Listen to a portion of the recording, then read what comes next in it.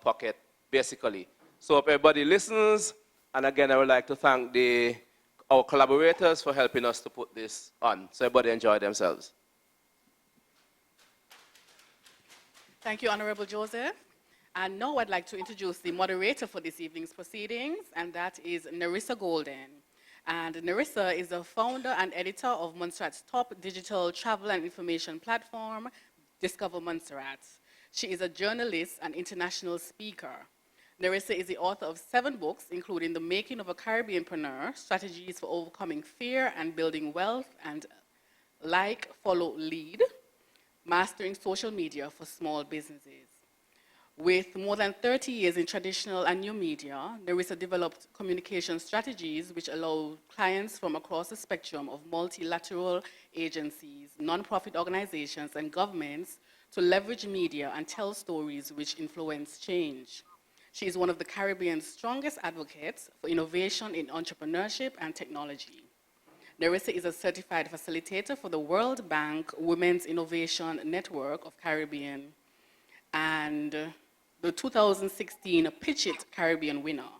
Nerissa currently serves on the advisory council for the Miami-based technology advocacy organization, the Covella Foundation, and also makes time to mentor a new generation of entrepreneurs in the technology, entertainment, tourism, and green energy spaces.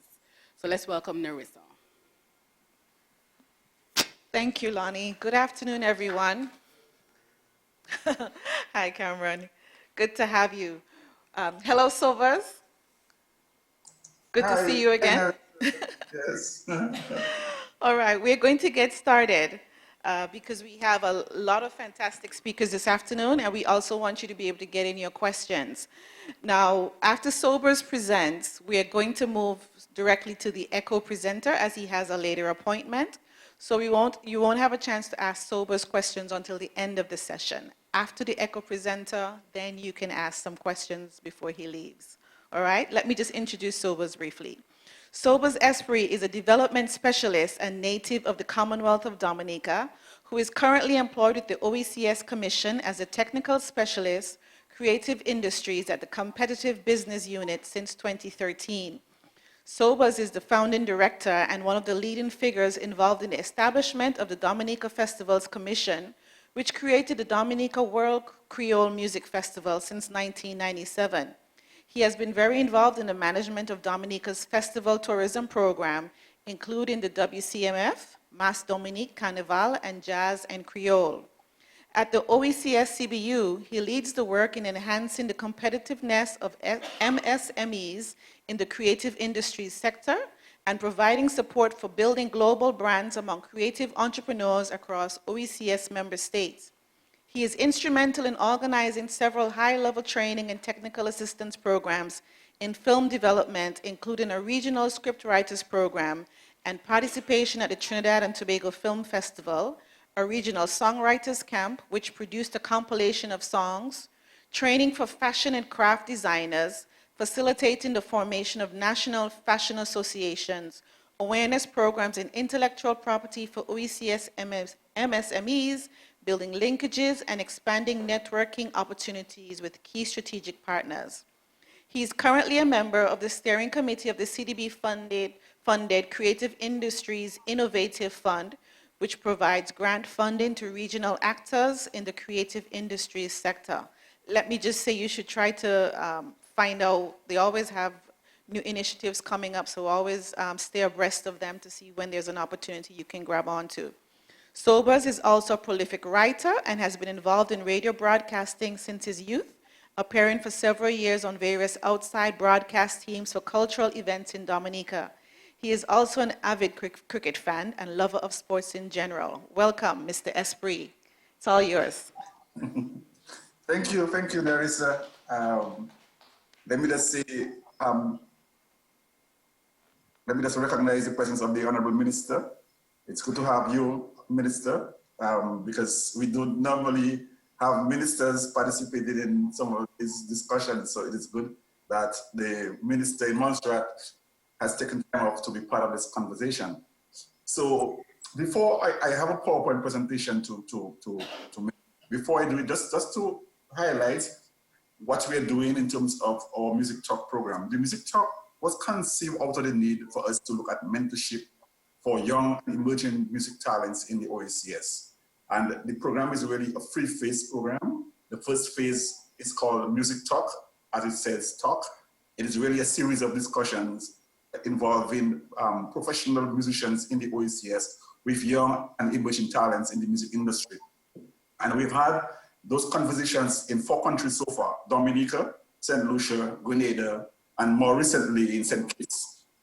So we're extremely pleased that Montserrat has seen the need to be part of this movement, to look at how we can really increase the conversation about developing pathways for young people in the music industry. So this is basically what the Music Talk programs are all about. And we're hoping that we can complete the series with the talks in Antigua, in St. Vincent and the Grenadines, and possibly 1 or 2 of the other member states. The second phase will involve an online or virtual program of mentorship for young musicians and some face-to-face on the ground with mentors in each of the member states. And then the third and final phase will be a coaching program for performers and really people looking at developing their stagecraft. So this is in a nutshell what the Music Talk program is all about.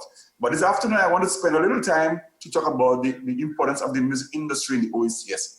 I have a slide presentation, so let me just try to get you into it. Okay.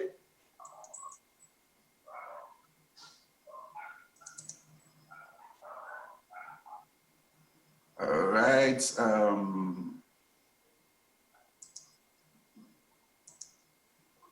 Yes. So are you seeing me? Are you seeing me?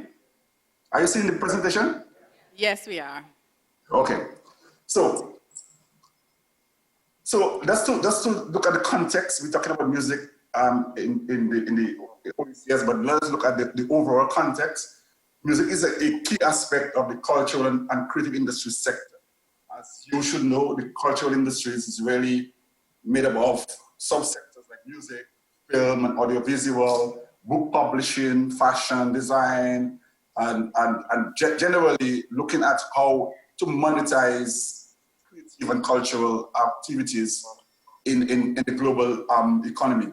So creative and cultural industries have emerged as a key growth sector in the global economy. It's a major part of the global economy. The creative economy has outperformed most other sectors on account of the new shift towards a knowledge-based economy. So, as the minister was saying, what we've seen in the last 20 or 40 years in the global, less time in the OECS and the Caribbean region, that people are moving from the production of pure goods to services, and most of that based on knowledge. And so the creative industry is part of that whole shift. A key component is intellectual property and trading services. And as I say, services has constituted a major part of the global economy and growth in general. And we are seeing that in the OECS region to a large extent.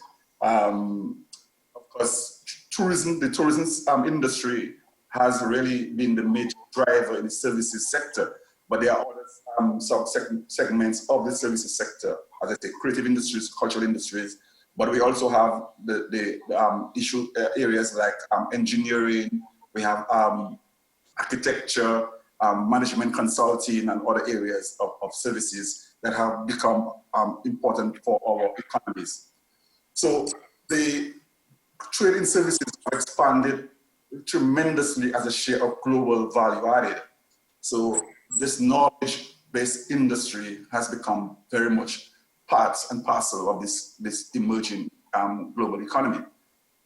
So when you look at some of the numbers, the creative industries have experienced an average annual growth rate of between 8.8% between 2002 and 2011. And I'm giving you some numbers based on available data that we have. Because there's a paucity of data for the sector, particularly in underdeveloped countries, underdeveloped and developing countries like those of us in the Caribbean. We really have the data in the region to help us to determine the areas of priority and focus. However, there are some data available that we can still make some determination about where we want to go to. So in terms of the music industry, which is what we really want to be discussing this afternoon, the global music industry speaks to the value chain of production and distribution of musical works and related rights. And this afternoon we have with us Echo, and Echo will be speaking about the whole issue about copyrights and related rights. So I won't spend time on that. Mr. Davis is an expert on that, so I will yield to him to that. But I just tell you that the music industry is, when you look at the value chain, we look at it from production to distribution of the works. Revenue from music comes primarily from physical formats, digital platforms, performing rights, and synchronization. A key part of the network includes players related to the intellectual property and collective management. And as I said, ECHO being one of the collective management organizations in the region. There are several of them in Trinidad, in Jamaica, in Barbados, and I believe the Bahamas. We have collective management organizations acting on behalf of right holders. The industry made up of promoters, record labels, and event management.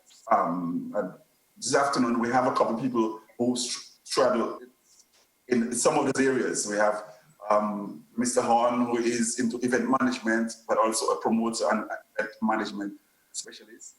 We have Mr. Francis, who is involved in the whole area of streaming of music, and Fred Jean-Baptiste, who is also involved in record label and production. So we have people in those areas. Just to look at some of the numbers. Sobers, sorry not to cut you, but it seems as though we're losing you sometimes. So we're not sure if it is that you're turning your head away from the mic or what, but it's good on our end, but in terms of your end, we're losing some of your words. Okay, Some I hear you now? We're hearing you, but it's just that sometimes it's in and out, so we're losing some of your words. It's dipping a bit. Right, So well, if you can just keep it steady better from your end. Okay, all right. So global collections in 2016 showed a growth of 8.9% to 8.6 billion euros over 2015. And Latin America and the Caribbean posted a 3.7% increase for the period.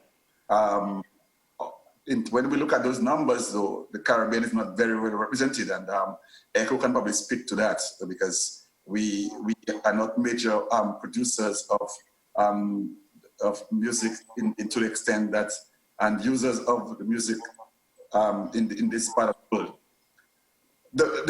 What we have seen in that period, though, is the rise of the digital arena, which has had a huge impact on the global industry over the past decade, and the minister speak to the issue of the digital space. So as a consequence, we have seen a decline in the physical formats of music as we used to know it before. That is the CDs and the DVDs and so on.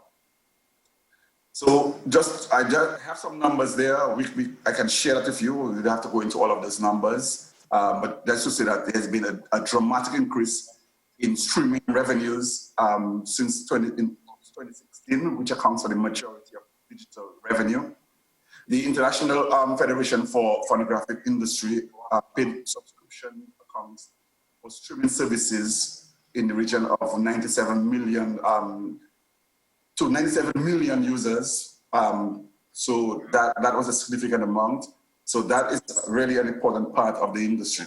Earnings from the digital arena has in some ways offset the losses from the 20.5% decline in downloads and 7.5% in physical formats like CDs. So what we're seeing is streaming has become the major area in this industry. So I'll give you the context of the global music industry. Just to spend a little time about the music in the Oecs, in terms of the history of the music industry in the Oecs.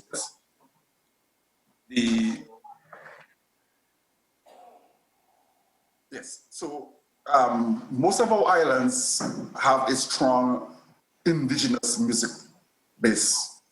So we have folk music, we have music from our African, European connection, I know in Montserrat, you supposed to have string band music. Is that what you have? Your indigenous music, but you do have some indigenous musical form, all right? I'm asking a question. Are you guys with me? Yes, yes, sorry, your mic is Yes. Okay. So I was saying that you do have some indigenous music of yours in Montserrat as well, like we have in Dominica and in other islands of the Caribbean. In terms of the roots of our music, we have had strong influence from American pop and popular music, soul, and jazz, and rock and roll, gospel have heavily influenced Caribbean music. We've had heavy influences from Hispanic music like merengue and salsa.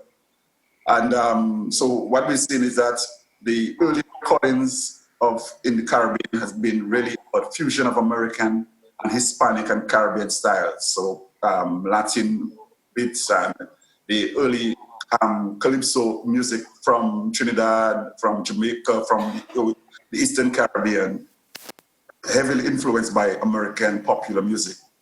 We saw the rise of big orchestras in many of the islands. Some of them, St. Kitts had its GI's Brass, Dominica had the Swinging Stars, we had Lavis Count Brass from Antigua. I don't know if you had a big band in Montserrat. Then we saw the rise of Calypso with several Calypsonians making their mark on the national, regional, international market.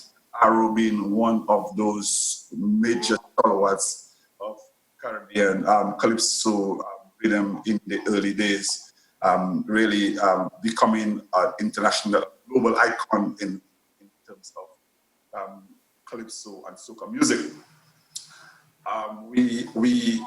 Our music was really about touring the circuit to North America, Europe, and in the Caribbean. So a lot of our bands and artists, particularly the bands, toured extensively to North America, Europe, and the Caribbean, and they still continue to do so.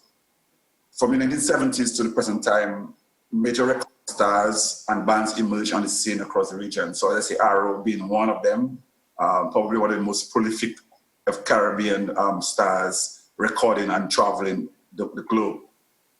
We started to see commercialization of Caribbean music or Oecs music with artists recording in places like Barbados, Trinidad, and then more recently in the French West Indies, particularly the Dominican bands recording in the 70s and 80s with record studios in Martinique and Guadeloupe. Soca music is probably the dominant and probably the most popular form in the Oecs at this time, but there are also other forms that are still popular. Calypso is still very popular. It's like Dominica, in other islands. Reggae, we have some reggae artists, gospel and jazz. And we've had commercialization of local genres like in Dominica and in Antigua and other places. We've seen popular dance music taking shape and form in these islands. However, we have small domestic markets focusing mostly on dances and concerts. That has been really what has kept our music industry afloat. Few of them were able to record their music in the early days, but I think we have seen a change in that regard because of the advent of the technology. A lot of young people are now opening their own private studios and recording music, or creating rhythms and sending their files to other musicians and getting the music played. And some of the most successful artists continue to tour. Carnival is an important part or time of the year for our musicians. They perform at the fetes, and some of our Calypsonians are involved in competitions. In some islands, we have both Calypso and Soca Monarch competitions and other events that allow our musicians to benefit and to monetize their talents during that time. So Carnival is really an important time for our music industry.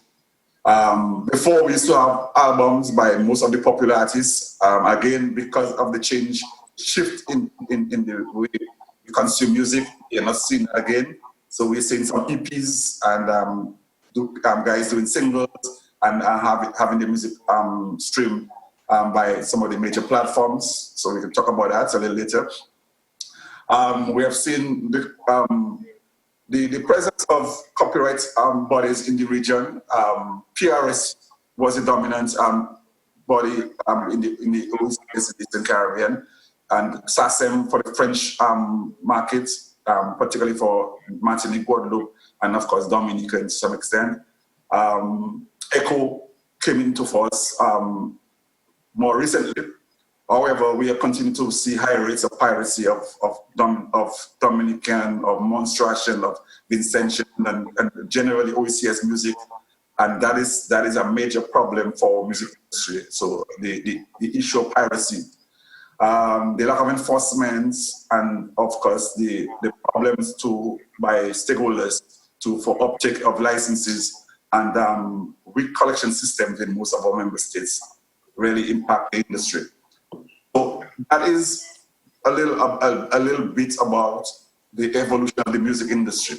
So that's just to go and to talk about where we are in terms of as an industry. As I say, we have weak data collection. We have a high degree of informality of our music industry. So our players in the industry really operate as if still it is a hobby. We do not have a lot of professionals or people taking the music industry in a very professional way still. We have a very weak ecosystem to support the industry and to provide support for the development of the art form generally. A lack of training and personal development. So we don't have colleges or high schools really focusing on music business. Some schools teach music, but it's really at a very basic level. A lack of structure in the industry. The absence of limited critical players like music managers, promoters, distributors, producers. Although we are seeing a shift and we are seeing some progress in that, but we're still a long way if we want to really develop an industry. The limited use of technology is a big problem, and the lack of distribution channels. Our strength is that we have a rich history in music developments from traditional to the popular. We have a strong diaspora market. The opportunities available to us in terms of the digital age, the digital space that has been created. Our diaspora market for live music is very important still for all the islands, and we see bands and our popular artists fly the trade in the diasporas all over the world. Merchandising, licensing, and branding is an important opportunity now for our industry. So, just to go and to say that what constitutes the industry is really the recording industry, and we speak about the recording of songs, the presentation in the various formats from physical to digital files, downloads, broadcasted, or streamed via internet or mobile devices. The live music industry is still very popular, particularly with the growing importance of that segment of the industry because of the decline in the global recording music industry. Branding, merchandising, media content, and other services are also very important for our musicians. We've seen artists endorsing products and services, music in video games, in audio-visual music, and related content. So that is an important area for us to be able to generate revenue in the industry. In terms of some of the roles and occupations in the industry, we have performers, artist managers, booking agents, music publishers, technical service providers, writers, and designers. Okay, so just to quickly wrap up, to say that things we need to consider going forward, we need to have a greater passion for music and a good ear for public acceptability. It's not about creating music for yourself, but you need to really listen and to hear what people want. So it's really market or demand-driven. Appreciation of the significance of intellectual property rights, such as copyrights and trademarks. Nowadays, you have to register your works and you have to register your marks if you want to monetize your creative talents. You need to understand the role of the media and the ability to work with media, both new and old media. Understanding the need for good packaging and design. Of course, part of what we're doing is mentoring the next generation of musicians, and we want to advocate and create policy framework in support of and development of a vibrant music ecosystem. Thank you. This is my presentation.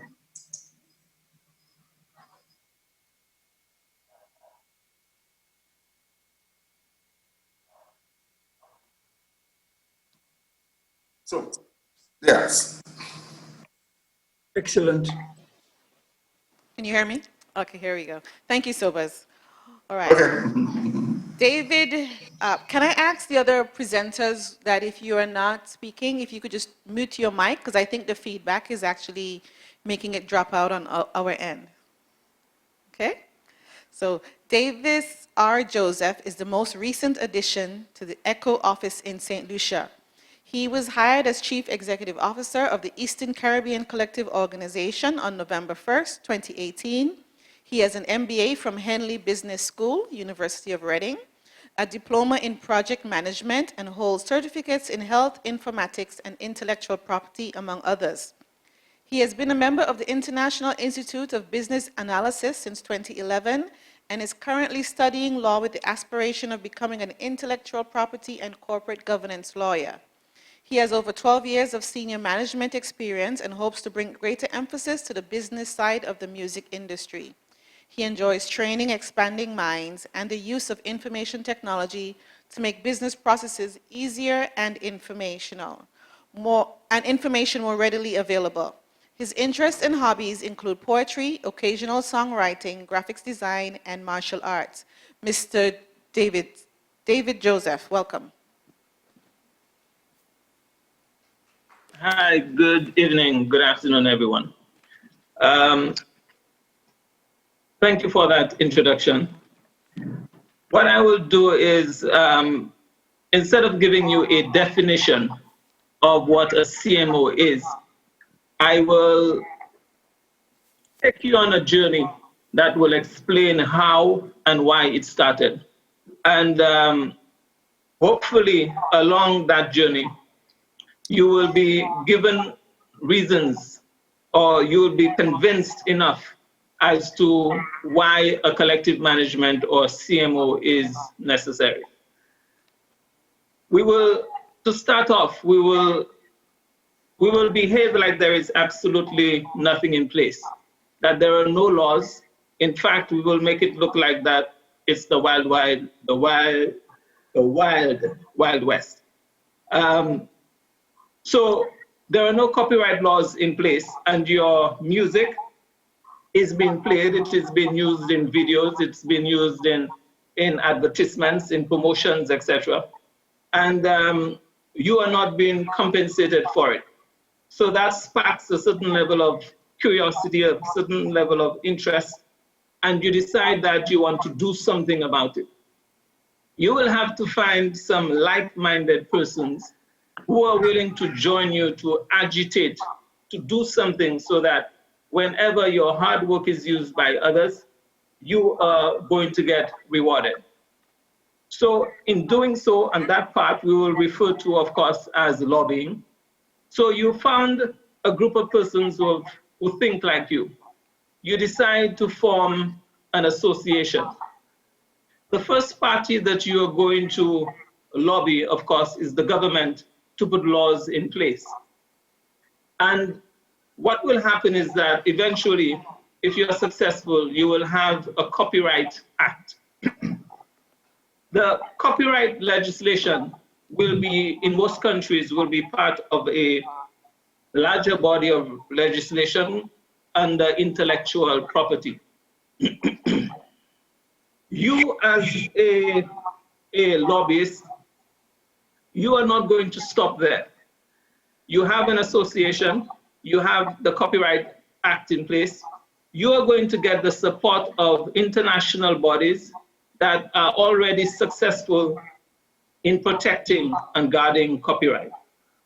We have, for example, an international body called CSAC, which is responsible for all the other collective management organizations that protect copyright. We also have a regional organization called Access. It is made up of ECHO in this regard, COSCAP, COT, JCAP, and also BISCAP, which is the Belize Association. For those of you who are not aware, COT is the Trinidad Collective Management Organization, and COSCAP is the Barbadian Collective Management Organization. JCAP is Jamaica. So in order to establish your credibility, you will, apart from having those copyright laws in place, you will associate yourself with those international bodies, and they will provide you with support, they will provide you with guidance. Some of them will provide you with rules that actually determine how the CMO actually conducts its business. This is important because when you are going out to collect monies on behalf of your members, there has to be a certain level of trust and credibility in what you do. Now, in addition to having those things in place, you are also going to look out for members. You would want to, well, first let me go back a bit. You have the association, you have the laws in place, you have an idea of who you're going to associate with to give you credibility. But the association is made up of a number of members who do not necessarily specialize in allowing you to collect royalties and pay them out to persons. So that association is going to form a company. And it is actually that company that is called the Collective Management Organization. That company will be run by a select few of those persons who started the association. And they will, of course, they're referred to as the board of directors. So the loose gathering of persons who decided to agitate for their copyright and to make sure that they are compensated when their works are used now have grown to an association. That association now has incorporated a company, which is actually called the Collective Management Organization. That company has a board, and then that board hires a chief executive officer.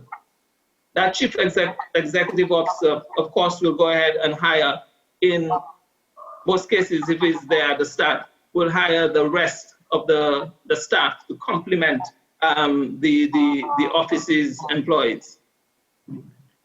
Without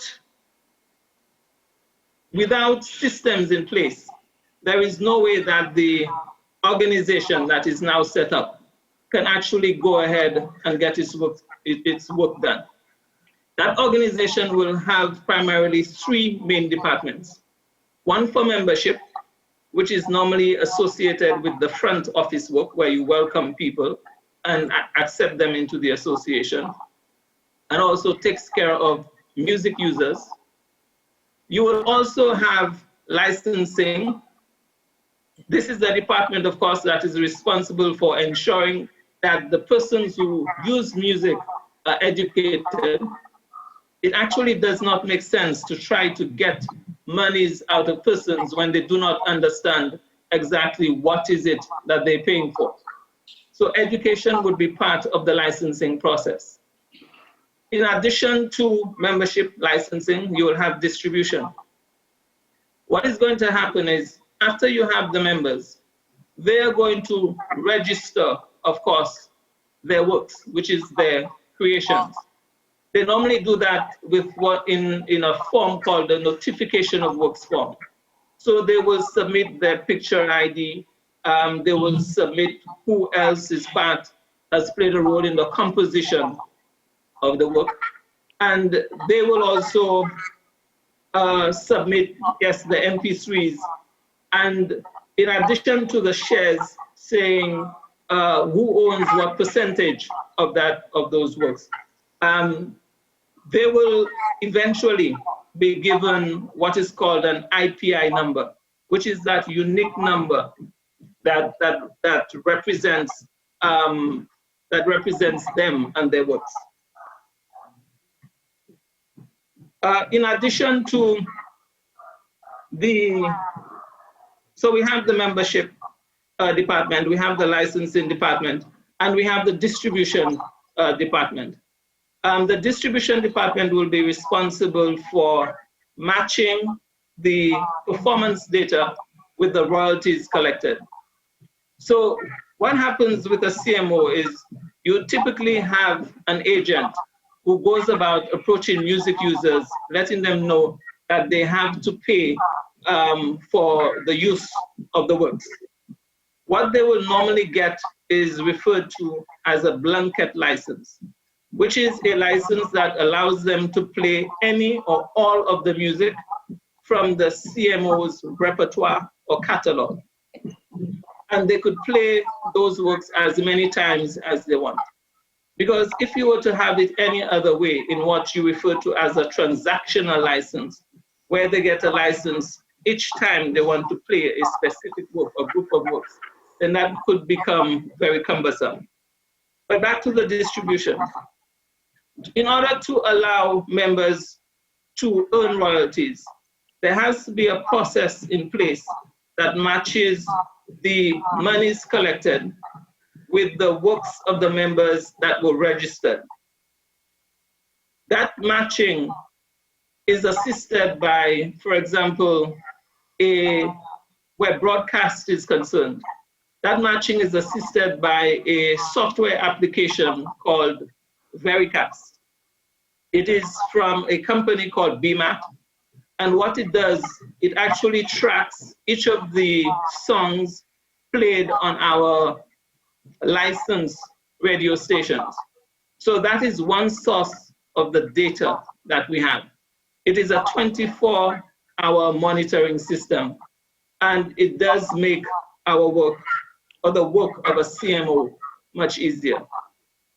The other source of information is that for live events, for example, then the promoters would have to submit a set list or playlist where we actually get to know what is it they played.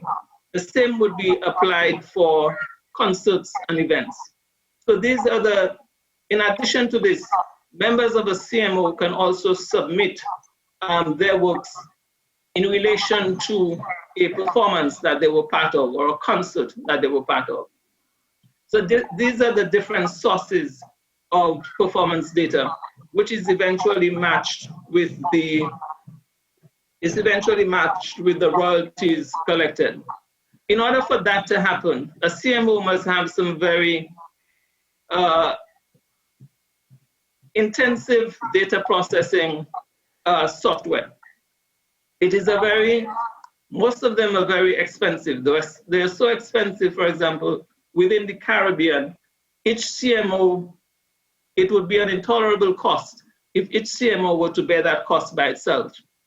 So for example, within the region, that cost is shared by the regional group of CMOs that I mentioned earlier called Access, and that is what makes the cost bearable for each of the CMOs. Because as a CMO, that organization is mandated to keep its expenses as low as possible so that it could give out as much as possible in royalties. And most CMOs are not for profit. So it means that everything else that they have besides their expenses, etc., and in some cases reserves, that will be passed on to the member. There is a benefit, of course, in being associated with international bodies that are well established. They provide you with guidance and legitimacy, etc. But for a CMO, there is the constant struggle of having to keep within the guidelines of the CMO. Your expenses, for example, are not supposed to go above a certain percentage. And that is to ensure that with every passing year, the collective management organization tries as much as possible to run more efficiently or increasingly efficient so that it is able to perform as much as possible at a lower cost. And in so doing, it has to also try as much as possible to collect more and more revenue. In St. Lucia, for example, there are new spheres of revenue collections that we are aiming for. One of them is collecting revenue from boat rides, or what we call party cruises, etc. And this is going to be challenging because for the longest while, they have been accustomed to not paying it, and also some very influential people own some of those vessels. But if we are to continue fulfilling our mandate to the members, we have to occasionally strategize to find new sources of revenue. Not all collective management organizations are not-for-profit. For example, with the 4 main collective CMOs in the US, that's including CESAC and BMI, ASCAP, and also Sound Exchange for digital exploitation. It's only CESAC that is a for-profit organization, because that organization can be private, or it can be a statutory organization, or it can come from an association, as in the case of ECHO Inc.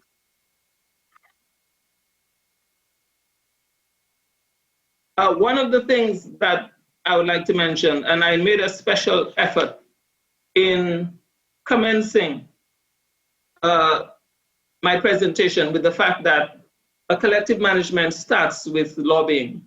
After the organization is set up, it is up to those same members who found it necessary to start the organization to keep the lobbying process alive. They are actually the owners of the CMO. And I guess with ownership, we could say comes great responsibility. So any set of members who have done their task of registering, becoming a member, ensuring that they galvanize support to have an association, they have to keep at it, because the business actually belongs to them and the responsibility continues in several ways. For example, they have to ensure that they get on board directors who can properly represent their interests. They have to also keep in mind that a CMO is a business. It runs on business rules, strategies, etc.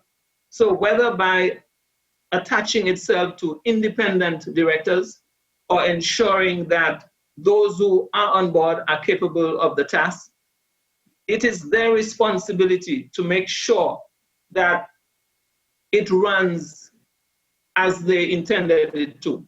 And there is something that is also important when it comes to succession planning. They have to think ahead as to what changes are taking place in the larger environment, the micro and macro environment. And depending on the changes that are taking place, they have to come up with some succession planning as to who next might be a good representative on the board of directors. For example, digital exploitation is a direction that the Caribbean CMOs are heading to. What it does is, copyright, of course, is territorial, but what it does is it blurs the line between geographical locations, because most of those licensing, for it to be effective, would have to be done in bundles. So this is one of the challenges, for example, that today's collective management organization would have. It actually takes very sophisticated software to be able to track the works that are being played on, say, our online platforms. And also, for example, with DSPs, the digital service providers like Spotify and Deezer. It takes sophisticated software to be able to track it. And that is a significant investment. So no member should feel that once they have the association and the company in place, that the task has actually ended. Their interest must continue. And they, for example, some of them would be exposed to the international audience, and it is up to them to ensure that their responsibility is to attend annual general meetings and also what we call extraordinary general meetings, just to share their ideas, etc. I have said what a CMO is, but one of the things that a CMO is not, and I find that that expectation is very much alive. The CMO is not for purposes of A&R, as they say, artist and repertoire. This is where, for example, you look out for the development of the artist, and it involves scouting, etc. ECHO or any CMO is not that. We also, for example, CMOs cannot agitate for one type of genre of music or local original music to be played above other rights holders' music. And by rights holders, I mean, one of the relationships a CMO has is that it has to establish reciprocal agreements with its sister CMOs so that it can collect on their behalf and they can collect on its behalf. And we have to give the same treatment to our local and regional members as we give to the general body of rights holders. So a CMO cannot dictate and say that we want 50% of the music played on radio to be local. But CMOs do align themselves with other organizations that actually have that interest. There is nothing wrong with that. Well,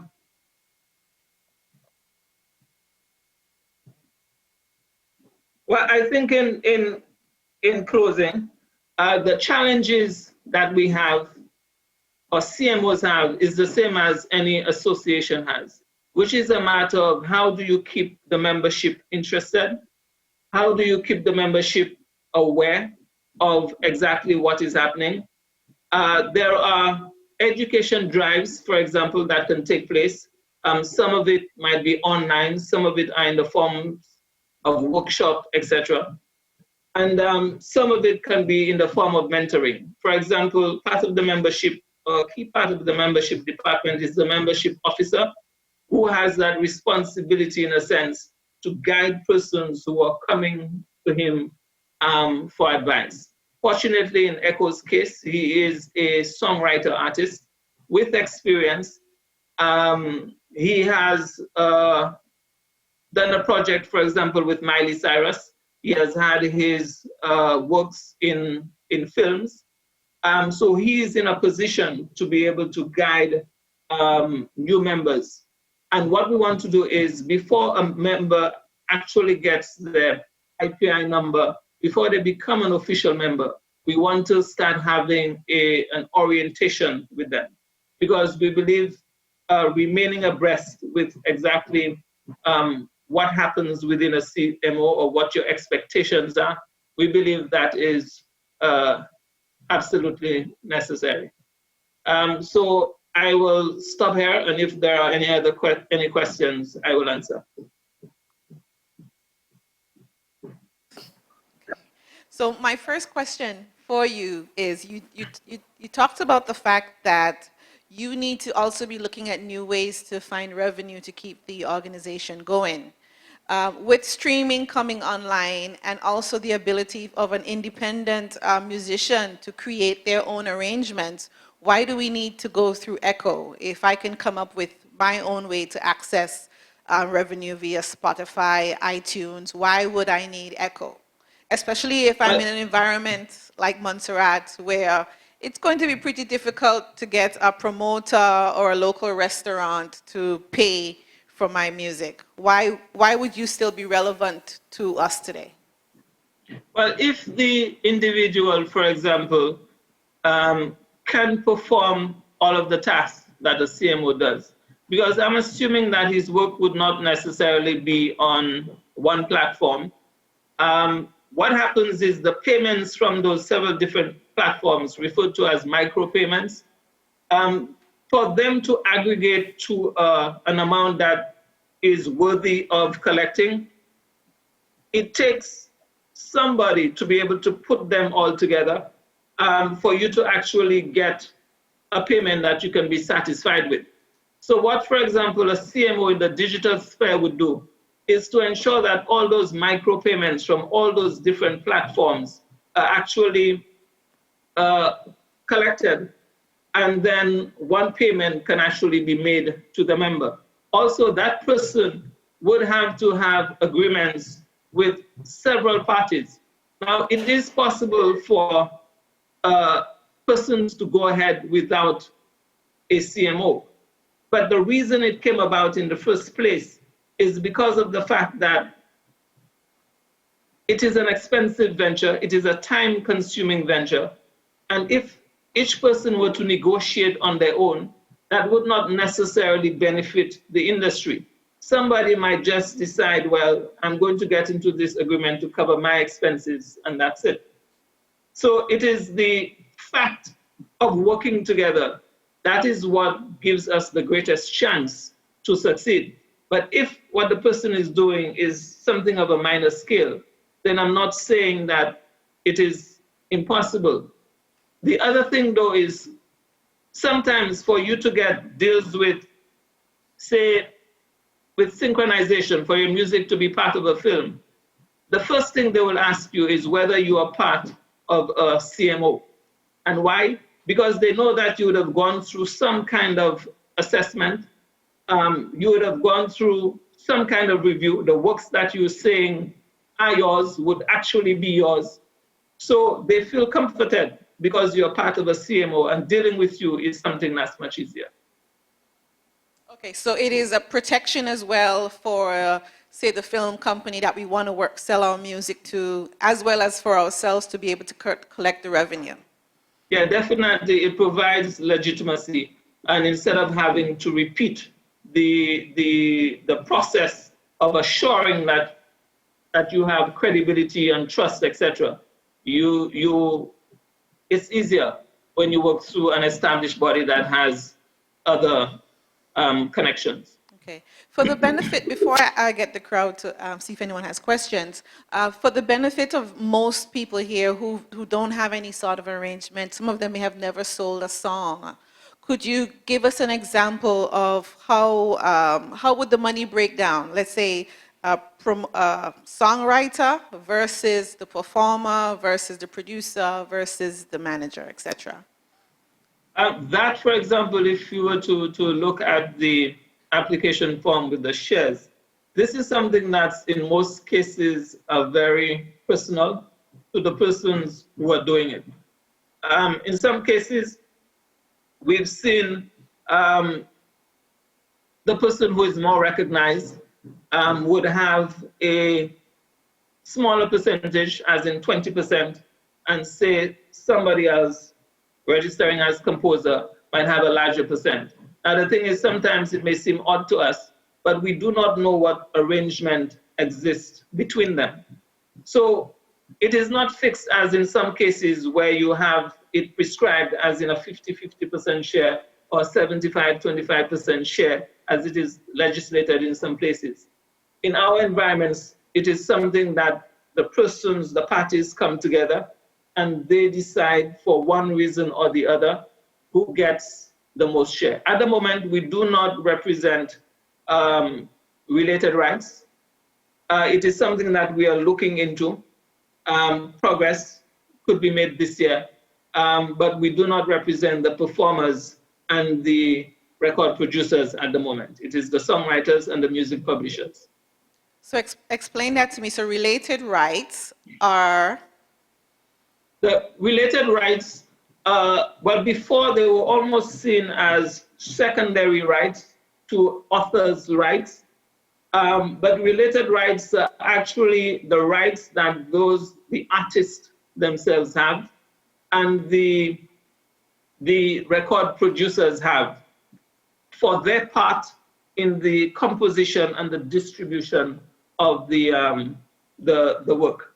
So authors' rights, we refer to the lyricists, the songwriters, the music composers, and the publisher who represents all of them.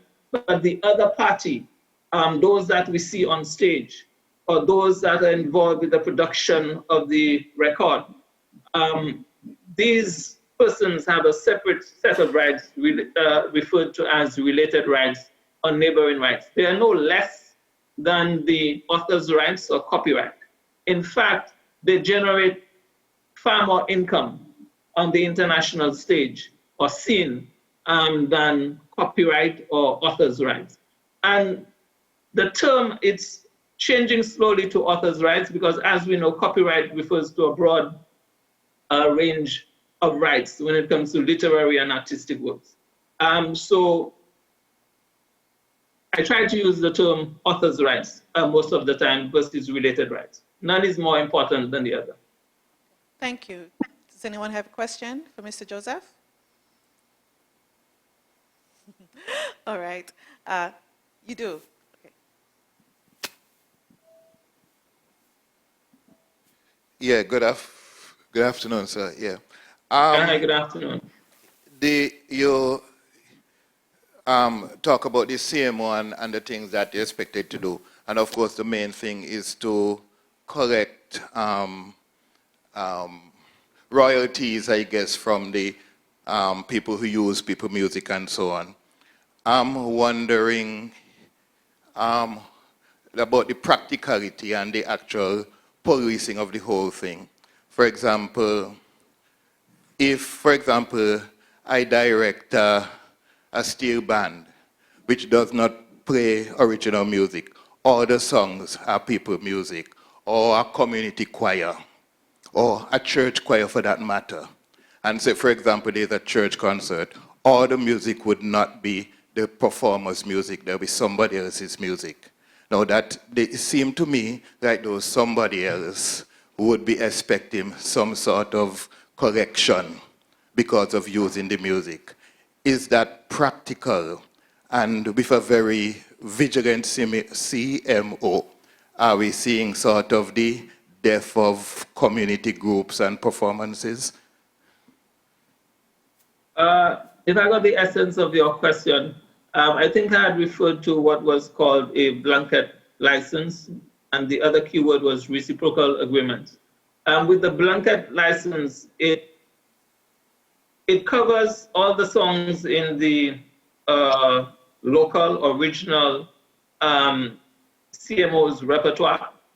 And in addition to that, we have, for example, reciprocal agreements with Estonia and places in Russia and all over the world. So what is assumed is that any of the songs that you're playing or reciting, whether in a choir, etc., once it is a public performance, then you are using somebody else's works. So it makes sense, for example, that we have a tariff. It is not a one-size-fits-all tariff. So depending on the occasion, depending on whether it is a concert event, the number of persons, whether it is free, etc., some thought, significant thought has been put into it to ensure that you're not applying a rate or a license fee that is not applicable to the situation. Some of it is a matter of give and take, as you would notice. But the thing is, in order to properly police and monitor the situation, it is not possible all the time to go through a list of every single thing that will be performed. And in some cases, we actually depend on samples. For a choir, for example, they would have the list of songs that they are performing, so it makes it easier for us to use that to provide them with an applicable music license or an applicable rate. I don't know if I've answered your question, but you can always ask if I have left out a particular part. Thank you. Cameron? Good evening, everyone. Probably I just missed it, but just in case, can you tell me, like for Echo specifically, what's outside of your remit in terms of protecting the artist or the music user? For example, I have a close friend. He sang calypso here, sang soca here locally one year, and he probably just did the song overnight. And he sang the song, competition was over, festival was over. And he would have been online, Facebook, or where have you, and he would have seen somebody else. This is a true story. He would have seen somebody else using his song, using the lyrics, etc. But he was probably thinking, hey, this is 2-3 years later, I probably can't pursue this. So like for you, Echo, your organization, etc., what's outside of your remit? Can, like after 3 years, are you unable to, look for rights or look for benefits if you can? Okay, well, remember with copyright in some territories, it goes the rights for as long as 50 years and 70 years before it goes into public domain. In this case, we would provide the member with all of the data that he needs, all of the advice that he needs, but he would have to pursue the matter legally on his own. But as a support base, we would, of course, if he's registered with us, we would have, of course, had his works. We would, of course, been able to track the fact that it has been played here, or he would have been able to provide us with information. So it is that kind of support we can provide in this particular instance. That's right. Because So let me just ask here. No, does that mean that? And if you don't do it that way, that's fine. So that means you would deal with things like say we have to be registered with you proactively. So like say I have an issue, I realize somebody using my song in China, I'm looking for remedies.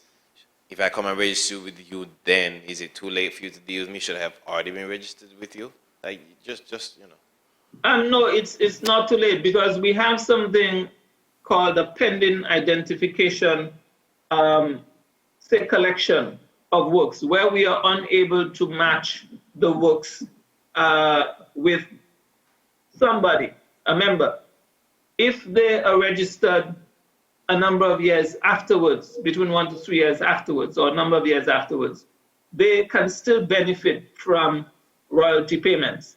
So if somebody has an issue that happened a number of years and it becomes a member, and in China, it means that we are connected to the Chinese CMO, and we will assist them just as if they had always been a member. Okay. Thank you.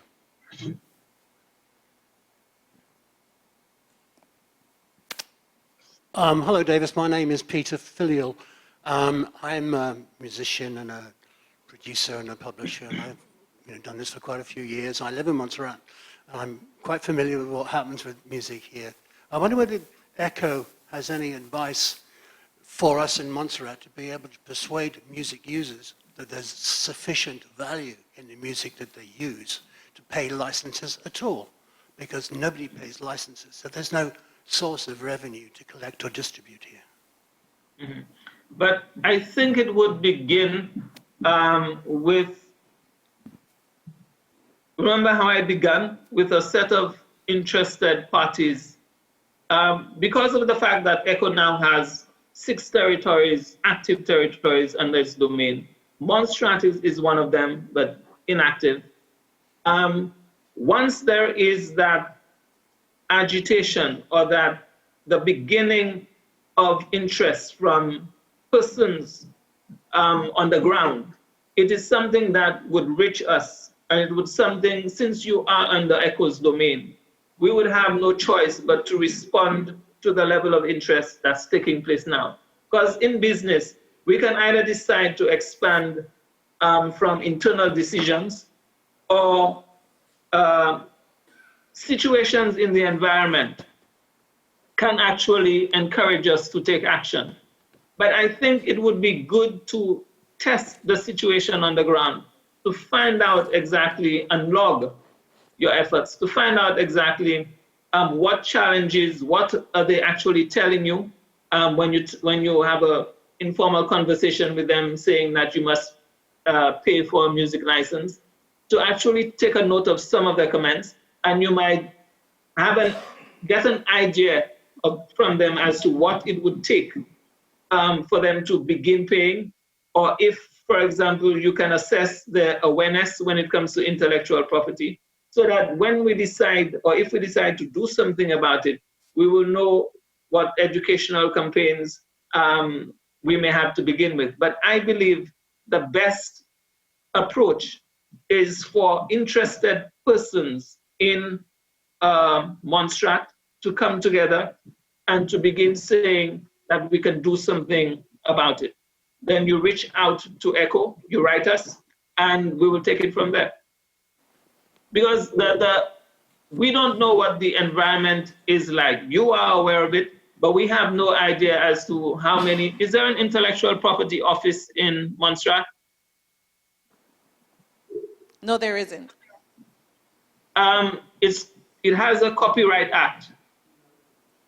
Does it? It's in process, right? It's in the new ICT laws. There's a very old one. Part of the ICT laws. Okay, that's interesting. Is Montserrat part of the Berne Convention, the Rome Convention, or any of the others? No, WCG, the copyright law that is still in force is 1956. Okay, all right. So apparently the way I began has in agitating and lobbying government for legislation. It seems that you will have, this is the path that Montserrat would have to take. The only thing is it would not have to redesign the will because ECHO is there. But as Monstrattians, I believe this is something that you can undertake because it will benefit you and ECHO will join you in the process. Right. Thank you very much, Mr. Joseph. You're welcome. Could you give us, oh, I'm sorry, there's one more. As it relates to the blanket license, is it an annual license or is it issued per event? Yeah, the blanket license is an annual license. Okay, thank you. Mm-hmm. Thank you. Could you just give us a contact number or Facebook page that people who are interested could learn more about ECHO? The Facebook page is echorights.org. We also have that's the website, echorights.org. We also have a Facebook page. It's at ECHO Inc. And you may contact me directly at 758-384-9521. And our office number is 758-451-6436. We can, for example, share the information through Mr. Esprit or through any other party connected with this, this forum. Thank you very much, Mr. Joseph, for being with us today. All righty, it was my pleasure. We'll give you the details after. All right. All righty, no problem. Okay, thank you. All right, so our next presenter, Herrick Horn from Island Network of St. Vincent and the Grenadines. The session is Music Management and Working with Artists in the OECS. Let me just give you a little brief on him. From day one, Mr. Horn has been one of the stalwarts in the creative industry with over 20 years of experience in business. As the founder of Island Networks, Inc. and the group Soca Dance, he has a proven track record in successfully grooming and managing artists as well as producing successful events. Island Network, Inc. is one of SVG's leading artist and events management companies. As an entrepreneur and boss, his dedication to his vision of nurturing promising talent led him to successfully establishing the first and largest artist management company in SVG, silencing his critics, converting the non-believers, and winning support from all quarters. He has also contributed to the development of SVG's national export strategy that is presently being developed. He was one of the presenters at the second annual OECS Development Conference, Growing the Creative Industries in the OECS. He also was one of the persons chosen by Carib Export representing the Caribbean at Oecs 2011.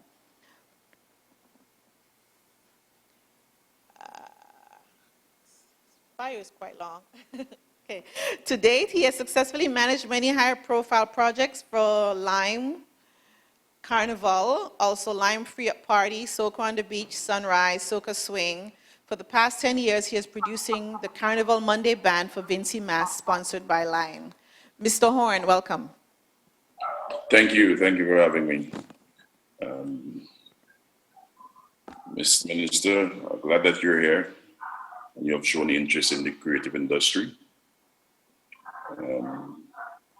I'm not too sure who all is in the audience, how much of you guys are artists artist managers. But I'm going to take a different road to my presentation today. Mr. Sobers has given you a lot of heavy material there for your consumption. I do not want to go down that heavy road. Sobers, I wish you can pass on that material to all the members who are there via email. Oh, definitely, that is the idea. I'm going to send the presentation to Laurie so she can get it to the participants. Yeah, it was very informative. With that being said, I'm going to let you know how I get into artist management. I'm an accountant by profession, and when I left my job, I went to manage a single DJ, which my peers found very strange in that you left your formal shirt and tie job to be on the street behind one little wood boy, so they said at that time. Now, my approach to artist management was different because I saw something that probably no one saw at that time, in that there was a need to formalize the creative sector. So what I did, I went from door to door in Kingston, St. Vincent. I'm living in St. Vincent, and I presented my proposal in terms of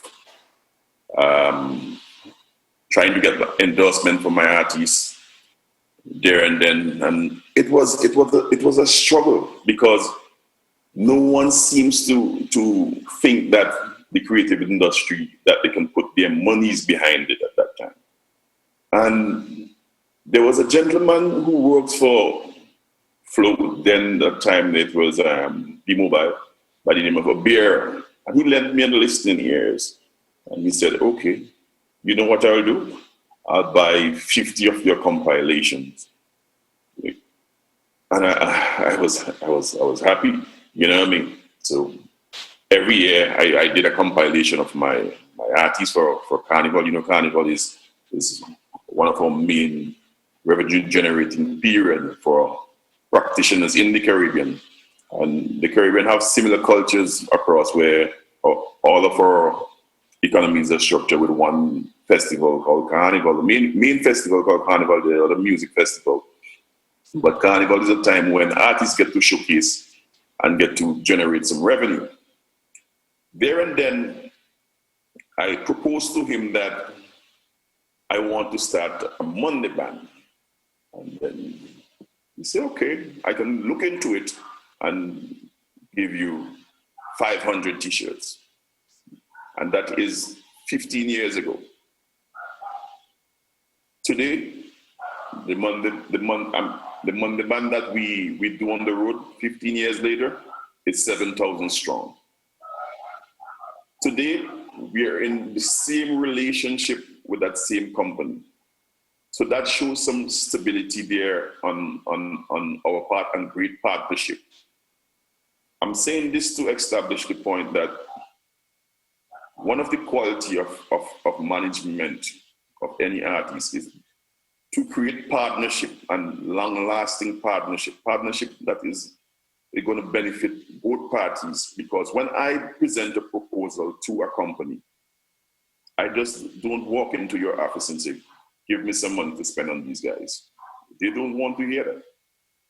They want to know, how can we partner together? What are you bringing to the table? So I'll then look at ways to partner with them. Look at probably their weakest product in terms of its sales, and over my campaign period for Carnival, tie that product to a promotion, you understand? To one of my promotion. And they generate revenue, and I, in turn, meet my objective, which is to get some monies to offset some costs, whether it be recording, whether it be photography.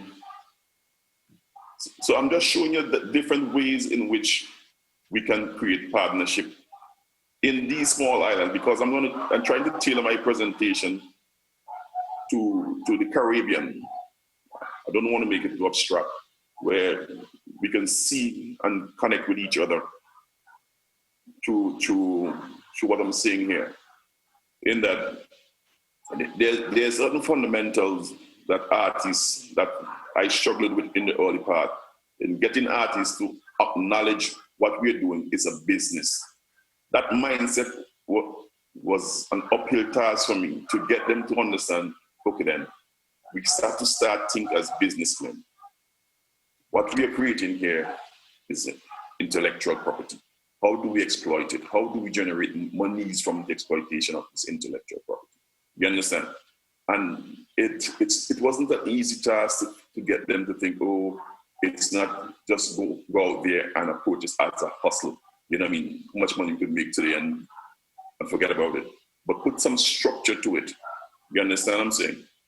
Where we have to go, when we go into a producer's room, before we song a note, we have a discussion. We decide how we're gonna work. Are we gonna work for hire? Are we gonna partner with you? What are the splits? You know what I mean? All these things are discussed up front. At the end of the production, there's a split sheet that we sign off on. We understand who owns what of the compilation. And then you get your CMO's number attached to the form and register. So it is a very detailed process, and it's one that we cannot take for granted. From the get-go, we have to understand what we are doing and get it right. That is on the recording side of things, where we record the music, we make sure we understand who are the owners, and then we look at the streams of revenue, whether we're going to, back then, whether we're going to sell CDs, or to know whether who's going to stream for us. You know what I mean? Most of our revenue in these parts, believe it or not, is still from performances. So we still in an industry that artists generate most of their monies from live performances. So we have to then know what feds are we targeting? How are we gonna market this song? You know what I mean? How much money is we gonna spend on marketing? How much we're gonna spend on wardrobe? There's a side to it called the development side, where you find an artist might be struggling in a particular area. For example, he might not be the best in terms of his vocals. He needs more vocal training. You get vocal training for him. You tell him about his image. How do you want him to present himself?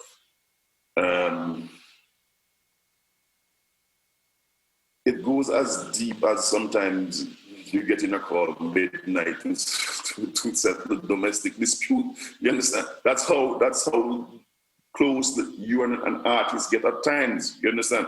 And you have to understand that sometimes your job is 24/7, and it's just the way it is. And then the formality side of it is that we did contracts. We did contracts between artists and management. You know, whatever percentage we agreed to, it was documented and signed off on both parties. It was registered. You know, so it was done in a very formal manner. I also did a number of events in carnivals, hence creating employment for the said artists that I manage, making sure that they have monies. Then I took them on tours. Tours meaning that I traveled to the United States, where we have the Labor Day celebration. We did Caravana, we did Notting Hill Carnival, and we did Independence in the St. Vincent Independence in London. All those events was produced by Island Network. So there and then you see that we're still performing for diaspora, but I created revenue streams almost all year round for the artists. So then you have to be very creative sometimes as a manager, and just not sitting down and wait for it to happen, or somebody to call you and say, oh, I'm trying to book this artist with me. No, we did not wait on those, you know. Just to give you an idea of some of the artists that fall under Island Network. In St. Vincent, we have Delroy Fireman Hooper, who is 10 times Soca Monarch in St. Vincent. I think he won the most Soca Monarch in the region. 7 of those Soca Monarch was won on the Island Network. We had gentlemen like James P. from the Nookie fame. He was once managed by Island Network. Fimber, the funky business guy, he's under our management. We have Hans John, who is current Raga Soca Monarch. So we have quite a number of hit makers from St. Vincent within the camp. Recently, we also develop a format of writing where we do writing camps. We do writing camps in-house where we have 2 or 3 songwriters writing together with one producer. And this format has generated a number of hits, and we did a couple songwriting camps on a national level in that we brought in songwriters from soca songwriters from outside of St. Vincent, from Trinidad, to write with our local writers. And we created a reservoir of songs that we still have used up until today. So every year you find that we have some songs archived that we can go back to and say, okay, this one we can release now. So I'm just showing you different ways in which you can go about the business of managing your artists, creating revenues, and at the same time making their brand a bigger brand, because one the main objective that these gentlemen or lady hire you is to make their brand a bigger brand. And you have to be creative in terms of the way you go about that. And through your journey, you would notice that you come across a number of personnel that are industry players, and you maintain relationships with them, because maintaining of relationships are very important, because later on you'll find out that this is one of the assets that you have, that when you there and then you can call on an industry player and say, I want you to do this for me, or you call on John and say, John, you're in St. Kitts, I have something there I want you to do for me. And relationships are very, very, very important. In terms of looking at the challenges that we face in this part of the world that we exist, soca is still listened by Caribbean people. We still don't even have a subgenre on the streaming side for soca. We're still under modern dance or one of those headings. Yeah, the Caribbean, you know, we are competitive people, and that almost every island have a competition relating to our soca and the prizes. Sometimes I'm not too sure if this is the best way to go about selling our music, or we need to revisit it. But it's something that's been plaguing me for a while, you understand? And I say this because I was recently in Trinidad. I think I met a gentleman from Montserrat there. He said he's this Soca Monarch champion from, I can't remember his name right now, a gentleman I met there over the weekend. But I say that to say, there's so much ways that we could come together and market the music outside of the Caribbean, you understand, to get more recognition. One of the biggest soca to date is still from St. Vincent, Kevin Little. He's still owning from Turn Me On. You might be surprised the kind of money he's still owning from a track that he did years ago. That shows the longevity of music and what we are doing. But to come back to the point that I'm making about the drawbacks, I've seen Grenada. Grenada, for example, is on the rise in terms of their festival, their carnival. And one of the tool that they are using is their artists. You understand? When we are in Trinidad, you notice, like you might see 10 Grenadians moving together. Their government decided to put monies behind them as a marketing tool for their carnival, for their festival. And it has been paying off. You understand? The artists are getting work, and at the same time, the government are getting to achieve their objective, getting more visitors to their shows. So it's a win-win situation. We have seen, no offense to the politician in the audience, but we have seen politicians use our talent conveniently at times, you know what I mean, to gain power. You understand what I'm saying? And then at some point they forget, like, okay, there's a creative industry, you understand what I'm saying? And it needs help sometimes, you understand? There is a comparative advantage that we have in the region, which is our rich talent we have in our region that is on top and that is not being exploited, you understand what I'm saying? But there are ways that these decision makers in our countries can assist us. Thanks to our non-governmental organization as the CBU, you understand, who I did one writing camp for. I think it went down very successful. But what I would like to see in this discussion with this audience though, is persons sharing their challenges in terms of artist management, in terms of how they can create revenues from their intellectual properties. And then networking is a key component of the success of any artist too. You understand what I'm saying? Because we need each other. You understand? If I can get more Oecs persons to work at my events, to employ, meaning that their music are in rotation, meaning that the audience are loving the music, they are in demand, so I can hire them. I'll be happy. You know what I mean? I'll be grateful. Instead of behind Trinidadians and Jamaicans every time I have an event. You know what I mean? If my Oecs brothers and sisters could find a way, you understand, to shop our music within the islands, because I find that we have been bombarded with Trinidad music.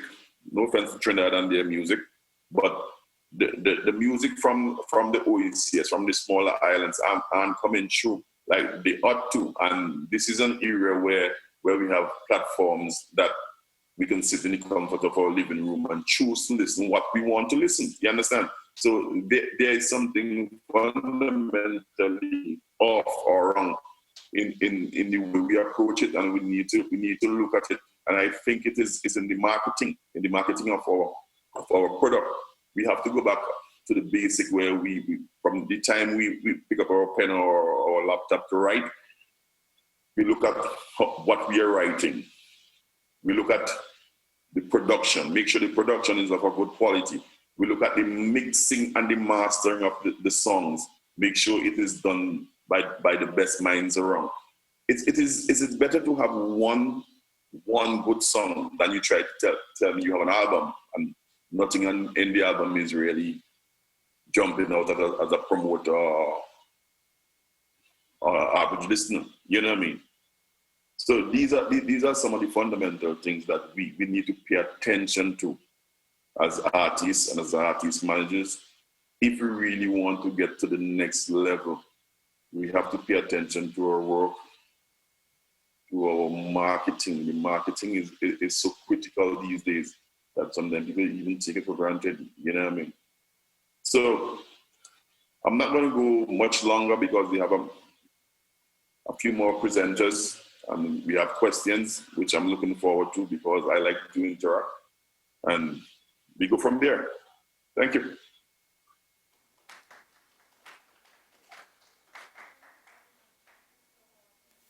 Should I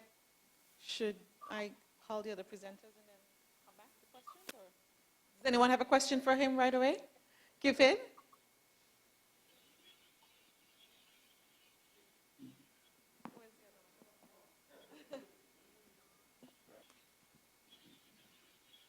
Yeah, good night, Mr. Horn. I have heard, and I'm sure you probably have too, of musicians who have singers, even sportsmen and so on, who have been very popular, performing all over the place, and eventually we hear that they die poor. And we learn that all the revenue that they have mustered during their time went to the managers and the entourage of producers and so on. I guess my question is, how can we cultivate mutual trust between the manager and the performer? And if I'm an upcoming musician, why would I need a manager? Can I make all my appointments myself, take all my calls myself, and make all my money myself? Good question. Very interesting. Yes, you can make all the monies yourself. You can keep all the monies yourself. But keeping $5 for yourself and making $5 for yourself, I don't think that will be enough. Versus keeping 5,000 or 500,000 and splitting it. If you notice in my presentation, I said that we have artist contracts where we decide splits, and this is done upfront. Everything is done by contracts. I don't know, maybe there are artists, there were artists who went into an arrangement which was very loose. That happens from time to time. And then you see persons, in human nature, persons taking advantage of the situation. So I would have to say here and then, we have to do things by contract. It's a business and it must be approached that way. You understand? You don't leave your house and go and work somewhere and you don't know how much you're going to be paid at the end of the month, how much going to NIS, you know what I mean, how much going to your pension. All these must be spelled out to you before you sign. You agree with me? Absolutely. All right. No, can I jump in, Yes. Nerissa? Nerissa, can I jump in before the next? Go ahead. Yeah. The point I think we need to emphasize here is that we are in the 21st century. We are in 2020. We are no longer in the 60s or 70s. You have to understand the industry. Everybody, if you are in this industry, you have to learn about the industry. You do not have to specialize in it, but you need to know the industry better and to do it well. Like I was saying in my presentation, there is need for personal education, self-development in this business. It is a business and we have to treat it as a business. So that's the point I think we need to emphasize. If you're going to be a doctor, you have to learn everything about medicine. If you're a musician, you have to understand the industry so that people don't rip you off. Your lawyers, your accountants, and your managers and all those people. And as Eric said, do things by contract. So I want to emphasize that point.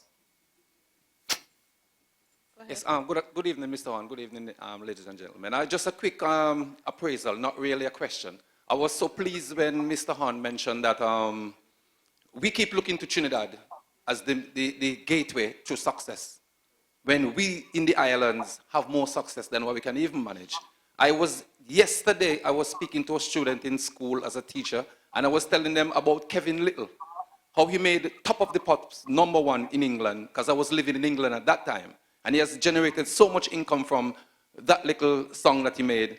So why do we keep having to go to Trinidad to try to get success? So it's really pleasing that I heard Mr. Hahn mention it, and also on a government level, where government needs to be implementing strategies and helping the artists that are stepping up to the plate, and more so with proper representation of all of our artists on a OECS level.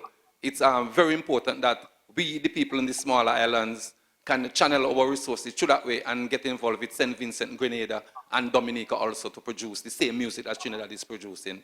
So I felt very pleased to hear Mr. Hahn mention that. Thank you, my brother. And I would always use the opportunity to lobby on behalf of my brothers and sisters, because I know the pain that they feel, because we feel the same pain. And Mr. Minister understand where we are coming from. We know the creative industry have so much potential. We need to allocate a bit more resources to it. You understand? I'm not saying that it is not taxable, with proper structures in place. You know, companies like my companies pay heavy tax. You understand? Because we are a registered company. So if you want to use this company as a model company and other companies, get them to register. You get to understand how much money is being paid to artists per year, per annum, how much we make per annum. We still have to pay company tax. So there are revenues to be gained. So it's not that you're just throwing money in the wind. Next question, please. Mr. Horn, when you're looking for an artist, what do you look for in an artist that you want to bring into your camp? Good question. There's something very vital to me, which is I like persons who understand and approach this as a business. Talent is good. Talent is very important. But talent alone doesn't do it for me. You understand? We have to be business minded. Because if you approach me with talent alone and doesn't understand that we are doing business, it is difficult for me, very, very difficult for me to get you to the next level. So I look for a balance of both business mind and talent. Thank you. Did you have a question, Cameron? You kind of stole half of my question, but that's good still. So good night again to everyone. I hear definitely bigging ourselves up, especially for the talent. You know, before I really started even diving into music, I did my research, tried to figure out how I was gonna organize my brand, and definitely this speak about creative industries in the Caribbean. This especially just our culture alone. You know, you're gonna expect to see the creative works, the music that's coming out, to be, you know, not putting down anybody else's culture, but I guess just something about Caribbean life. So I want to just big up ourselves right there real quick. Mr. Horn, you're from St. Vincent, right? Like, I actually know Hans. John. Like, we were there between 2012, 2015.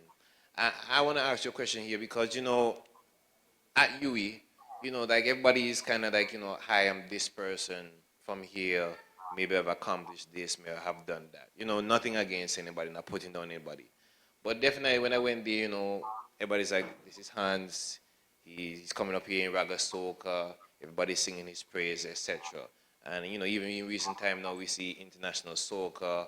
I see Hans on the stage there. I see men like Hashim from Tartu. These are people I know throughout my life, etc.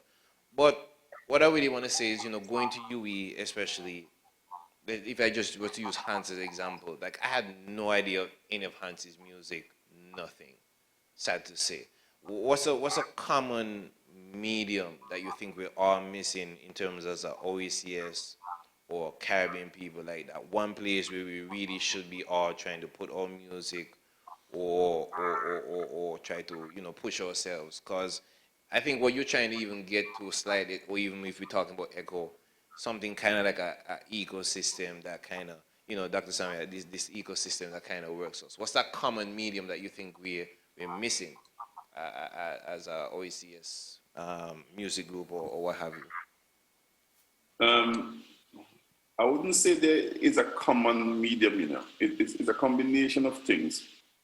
As I said before, it's a global playing field now. It's no longer a selective space where we want to create a space just for us and think people gonna come there and just view us. You know what I mean?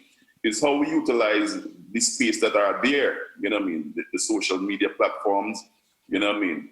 And how we get attention. I think is a mindset we're working on, as alluded by the gentleman before, when say everybody looks to Trinidad, because Trinidad, they spend money in marketing their product. They pump money in producing proper videos.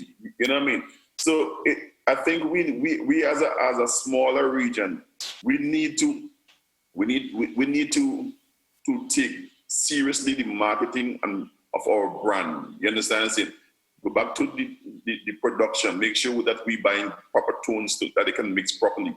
Make sure that we writing is on point. You understand? Not writing garbage for 2 days for hype. You know what I mean? We writing and creating music to last a lifetime. Go back to the authenticity of the music. You know what I mean? We're not interested in disposable music. We use it for carnival and it's forget about. You know what I mean? So we have to look into ourselves. You understand what I'm saying? And how best we use that space that's already been created there for everybody. And we have a say there too. But how we present on the X, we're not presenting strong enough to capture people's attention. You know, these are things that we need to look into. We have to be our own judge ourselves a bit harder. You understand what I'm saying? Don't leave it up to somebody else to say, okay, then let us create a space for ourselves and hoping that people will come there and look and buy from us. You know what I mean? There's a space already being created. It's how we utilize that space that's already being created. That's how I see it. Thank you. Let me just jump in again. I think this space has to do with our networking, building partnerships. That I think is a key. I mean, apart from the quality issue that Eric emphasized, we need to see greater partnerships. We need to see greater collaboration between the artists of the OECS. Because what is happening is that the Trinidadians are coming to the OECS to work with our OECS artists. So we have Skinny Fabulous as a performer, songwriter, who is with Marshall and the other guys. We have Dada Lawrence, who is a producer from Dominica, working with us guys and producing big hits. We need to see that now coming down the islands now. We need to see some of these guys working with musicians in Montserrat, in St. Kitts, in Antigua. You know something? The Mighty Arrow. His musicians they're not from Trinidad, they were from Dominica. Most of Arrow's bass player was Fred Nicholas from the group Billowmen from Dominica. His horn player, his horn section from Dominica. And that tells you that we have the formula. Somebody was saying earlier, we had the formula. So we need to revisit that, go back to the drawing board and see what worked well for us, and bring it back. So collaboration and work and networking. All right. Thank you.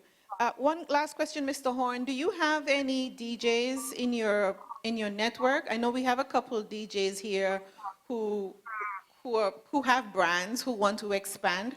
How do you suggest they continue to expose themselves to be able to probably get a gig in SVG, Vincy Mass this year or somewhere else when you're going on tour with your group? What would you look for? I have DJs in my group. I have some young and talented DJs. I have some more senior. I always believe in the platforms. You create your mix, you put your mix online. You know what I mean? The branding, the fundamentals. You have to follow the fundamentals. The branding, get your brand out there. You know what I mean? And there's a great demand now for soca DJs. When you brand yourself as a soca DJ, there's carnival around the world, 365. You understand? So you have to be out there and pushing your mixes, your brand. Let people know what you can do. You know what I mean? Record your live performances, put them online, get yourself out there, and you'll be in an island network fete. All right, thank you. Thank you so much. Thank you. Okay, so let's keep moving. Unfortunately, Dada Lawrence couldn't be here with us today. I think he is in Trinidad Carnival. You've been seeing him on stage if you've been watching any videos and stuff. He's hard at work. But we have Fred Jean-Baptiste from Belle La Belle Musique Martinique. Hi everybody. Good afternoon. Hello. Let me introduce you really quickly. He is a music producer for 25 years, following his professional experiences in Paris, notably as a product manager at Sony Music France. He returned to Martinique in order to develop several production and publishing companies and to organize shows in the traditional music and dance of Martinique.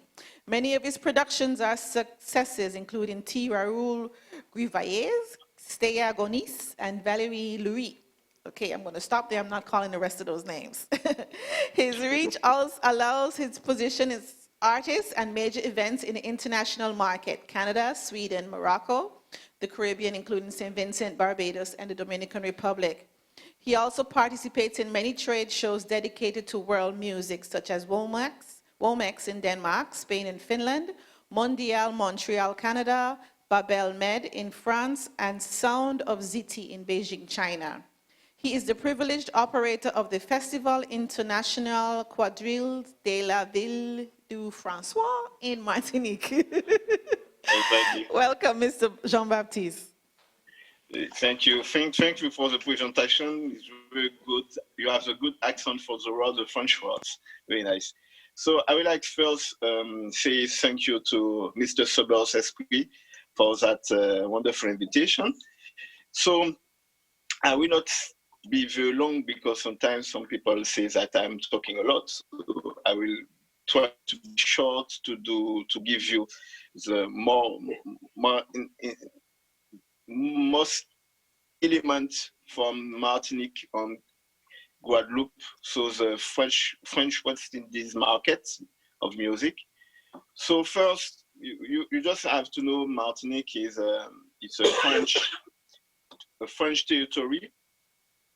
Happens that we generally artists in Martinique think that our natural market is France on Europe. So since the beginning of my career as a producer, I really think that France on European market isn't my natural market. So that's why as you say in my introduction, I talk about different countries like Canada, like Morocco, etc. So it's easier for us as producer develop our music business in that kind of market. That I would like you know that things are very difficult if you want to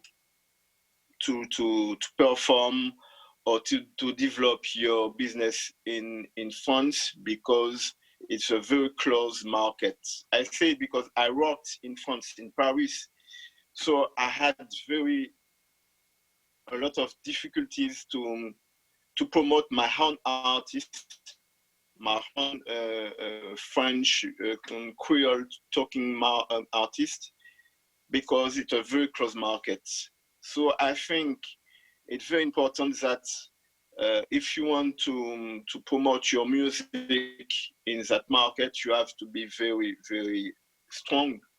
And it's very important, as Sobers said, really think in a spirit of relationship between us. That's why, since some years, I began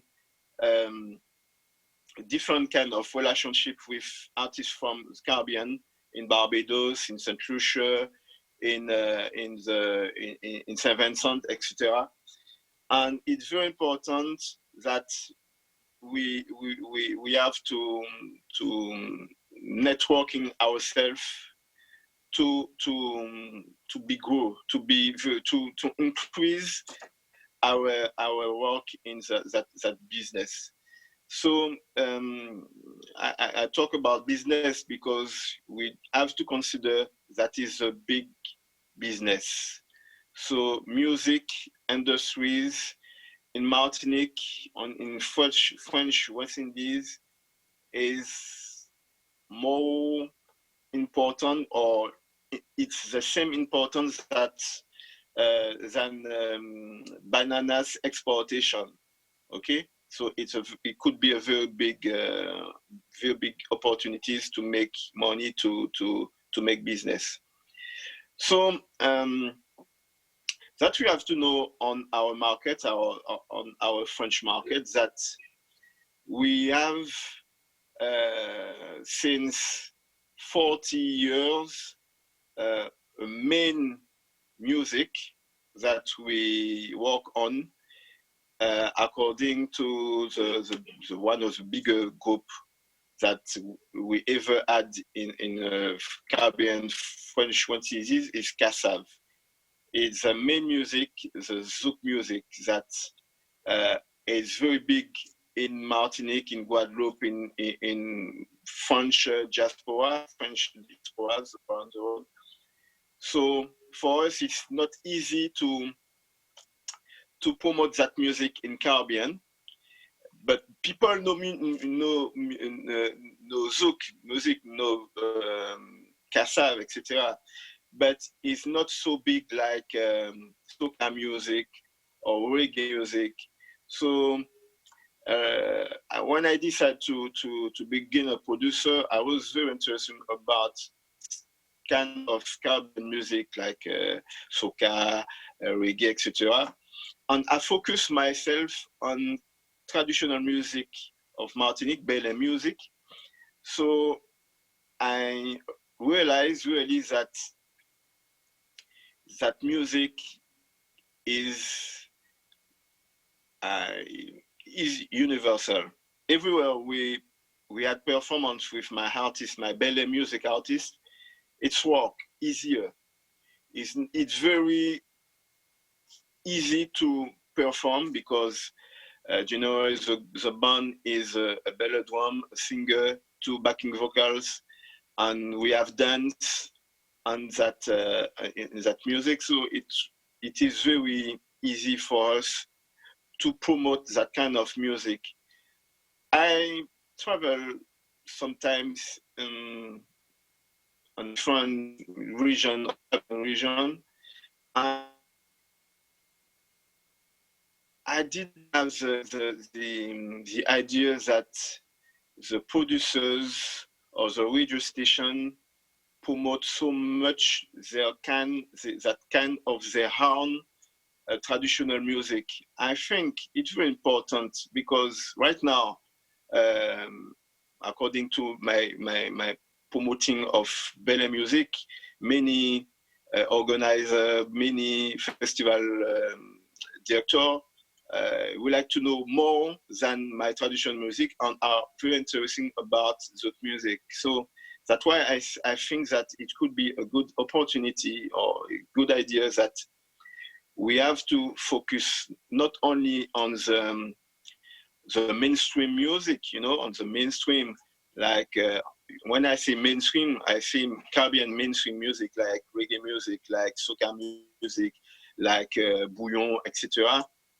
But you have to come back on our original music that are foundation of that mainstream music, because it's like a tree. If you don't know what's happened in the ground, you should never know, or you should never go in the top of the tree.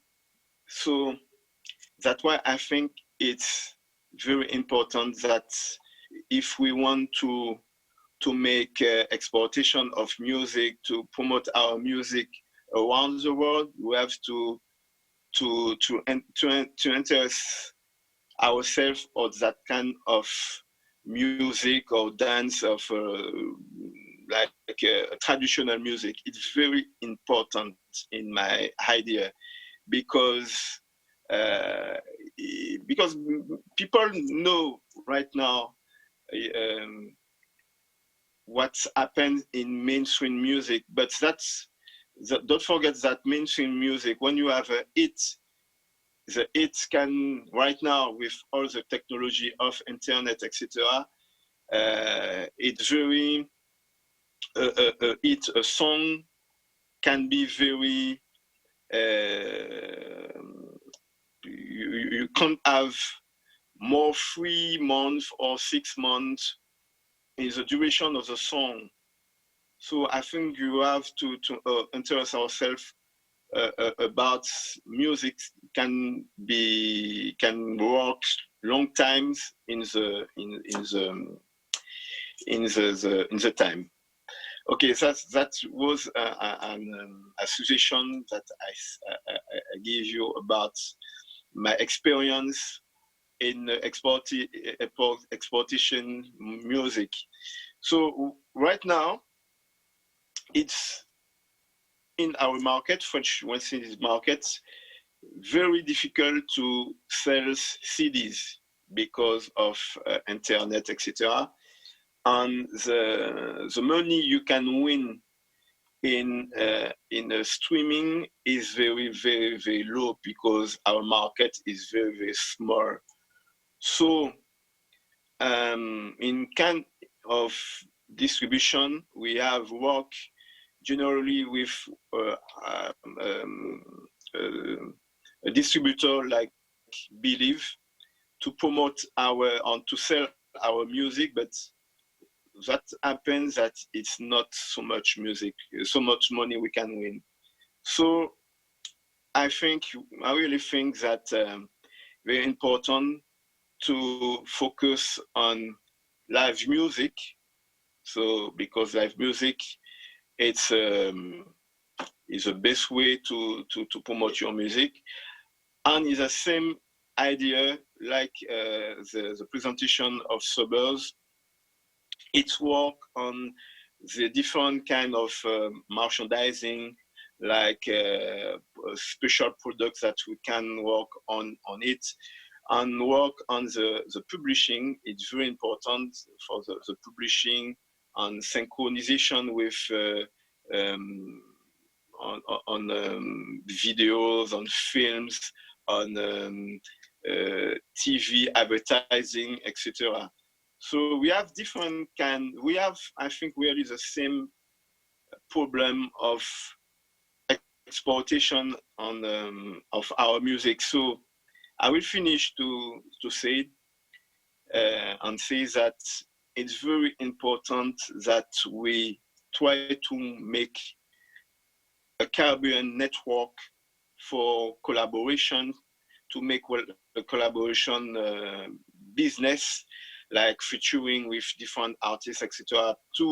Because we can be a very big market in Caribbean. So I fight with that since a long time, and I think things take too much time to realize. Excuse me. So I think it's very, very important that we have to create a kind of associations to work on, to have reflections on that idea of develop our business in our Caribbean area. Thank you. Thanks a lot for your listening.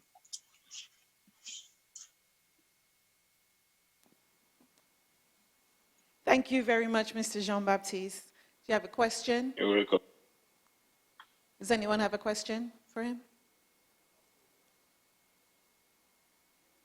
Yes, come, Peter.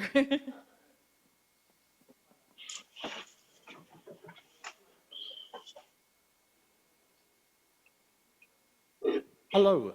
Yes, good evening.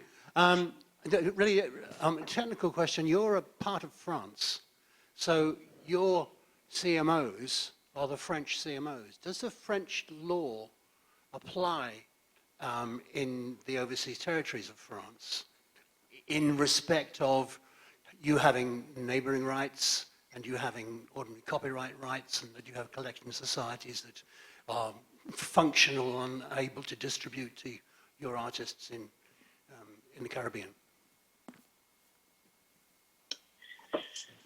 Yeah, in fact, according to the publishing, the copyright, that you have to know the copyright agency for French market is La SACEM. So we have some bridge between La SACEM and the different other copyright office like ECHO, like BMI, etc. So when music is played in Martinique, for example, I don't know, something like a song from Jamaica or a song from St. Lucia is playing in our radio station or something else, the copyright, there is some in fact, you have la SACEM keep that money and take his own money in that global money, and they have some rights between the different copyright agency. Okay, I don't know if I really answer your question, but it's for copyright. It's the same for the artist too, for the singer. Is the same. It's similar. Right. Yeah. Thanks. We've heard that in other islands there are no expectations of neighbouring rights, which would mean in all the performers in Montserrat that aren't actually composing were not able to participate in license revenues. Would it be possible for them to register their works via your organisation so that the performers themselves could actually expect to have some revenue? Okay, so for the neighborhood rights, we have two agency. It's Adami and Spedidam. So I think it's the same. I think you have to I will not saying for them, but generally they have, for us, we have to apply on their own internet page, and I think it's the same partnership like SACEM and the other copyright agency.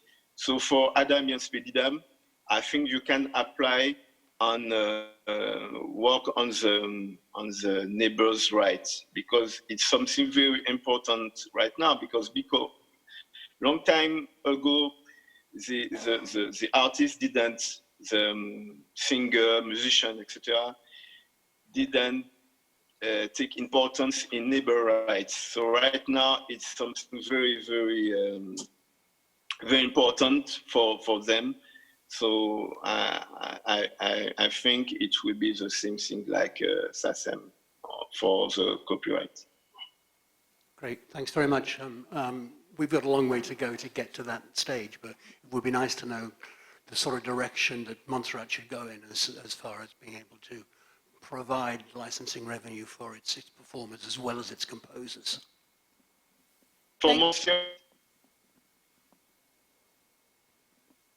Thank you, Peter and Mr. Jean-Baptiste. Our last presenter is going to talk about going global digitally. Mr. John Francis is based in St. Kitts. His current professional positions include owner-manager of music companies Impact Music UK, established in 1977, Impact Music Publishing, established in Sweden in 1989, Dance Beat Records of Sweden, Carib One Music, and Dance Beat Records Caribbean, established in St. Kitts in 2003. He was formerly a media planner buyer for BMP, Universe Advertising Agency in the UK, working with big brands such as Pepsi-Cola, Johnson & Johnson, Unigate Milk, and Mazola Corn Oil. His music career includes stints at Tempest Records and Impact Music, where he was the manager, published, produced, and distributed music for reggae artists up to 1982. He's also done contract work with major labels, including EMI, Universal, Sony, and April Music. And with Impact Music, he's also a concert and festival promoter, agent, tour manager for almost professional artists, African, reggae, and blues artists, including the Wailers, Gregory Isaacs, Sparrow, Arrow, Yusto Ondu, Jean Mayal, and his music publishing company controls up to 300 songs by over 100 songwriters. Mr. Francis, welcome. Is he there? Thank you. Can you hear me? Yes, we can. Okay. I like to follow the protocol that's already been laid down. It's easier, then we can just go on through. I think this would probably be the fun part of the mentorship evening, where we're going to talk about the modernness of music. Yeah? digital world of music is a heading which I've sort of decided to coin it, the digital world of music. What we have today is the results of how people want to experience music. The album or the gramophone record was around for almost 100 years before it was changed. I think if we're going to look forward to see where we as Caribbean people are going to go in the digital world, I think we need to see where we've come from, and then we can look forward to see how we can fit in. So as I said, nearly 100 years of gramophone records, which was changed by the cassette. You probably remember the cassette that came along. The cassette was a big change of everything.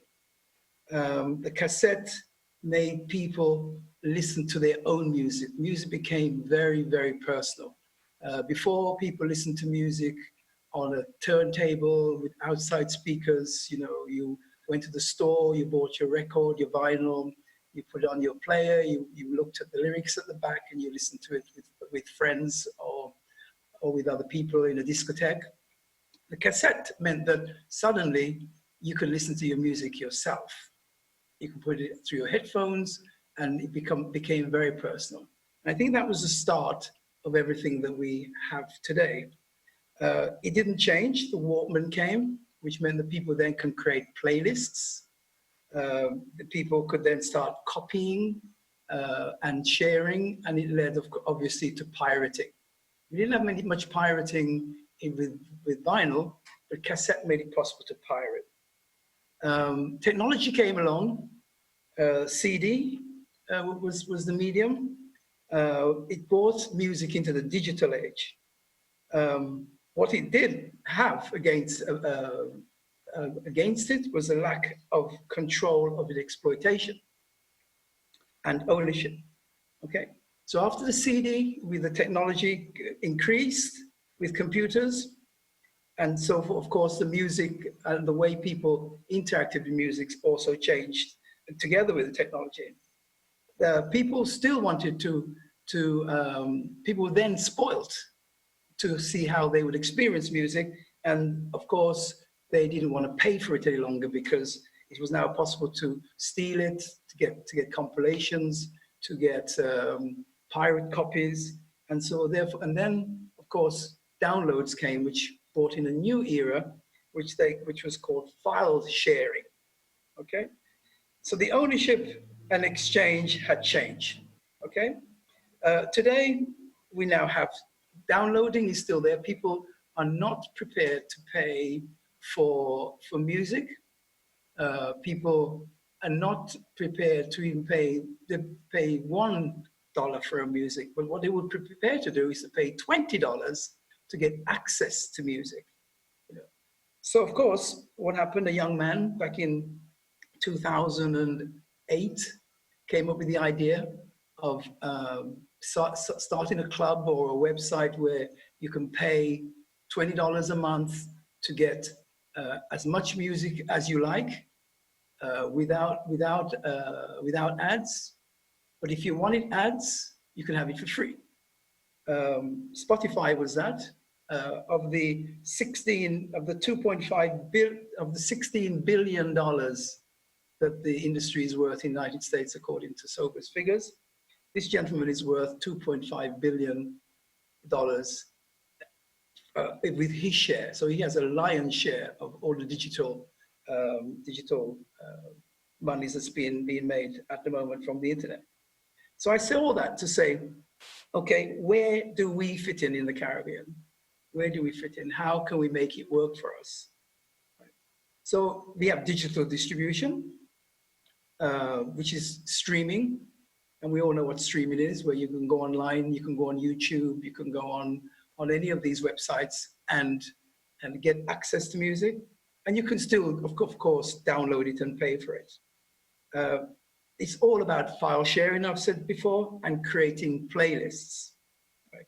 So in this way, the public is the one who's leading the way. The public creates the demand, which technology follows. Right? Now, we come up to date now. How is the technology being accessed by the public, and how can the artists benefit from that? Right. So we all know about social media, we all know about emailing, and we know how it all works. Right. So the artist can, of course, get his product, get his project online through social media platforms. I don't have to spend time to explain to you all about that. I'm sure you all know about it. He can perform live, as Henri explained before, and earn revenues that way. He can do remixing. He can use alternative platforms to promote his music, such as SoundCloud, Mixcloud, and these other alternative platforms. And then, of course, he can collaborate. And collaboration often comes together with publishers, which comes in with the conversations that we've been having up to now. Collaboration with the Caribbean, with China, Trinidad with Tokyo, Barbados with Bombay, New Zealand. In Hawaii, there are many musicians playing reggae music and soca. In other countries in the world, we can have collaboration, file sharing, and such like. And of course, there's festivals worldwide. All these should link a digital profile that you as an artist must have, okay? You could see, people can say, well, okay, how are we gonna earn money from the small markets that we have? And the market is really small. In Africa, where there's more count on how many viewers are getting for tracks, a big hit in Africa is only 100 million views on YouTube. 100 million views is not a lot of views. You're not going to make much money on 100 million. I think you'll probably earn about $100,000 on 100 million, which is not a lot of money. If you have 1 million views on YouTube, you're going to get $1,000. Yeah. So the question is, how are we in the Caribbean are going to make money with our market being so small, with all the challenges that we have with small economies of scale? I've been saying to a few people that we would consider blockchain. And this is something which is probably new to a lot of people. But if you could imagine that when you have 1 million views around the world, you're getting $1,000, it means you're earning probably 0.00001 per time that your song is being played. With a blockchain experience, where I think somebody talked early on about large computers necessary to create access. We talked about access, which is the company or the society which controls the collective management organizations to go and collect the money for them. If you have blockchain, you would not need those big computers. It means that an artist, he can get very close to the $1 per track.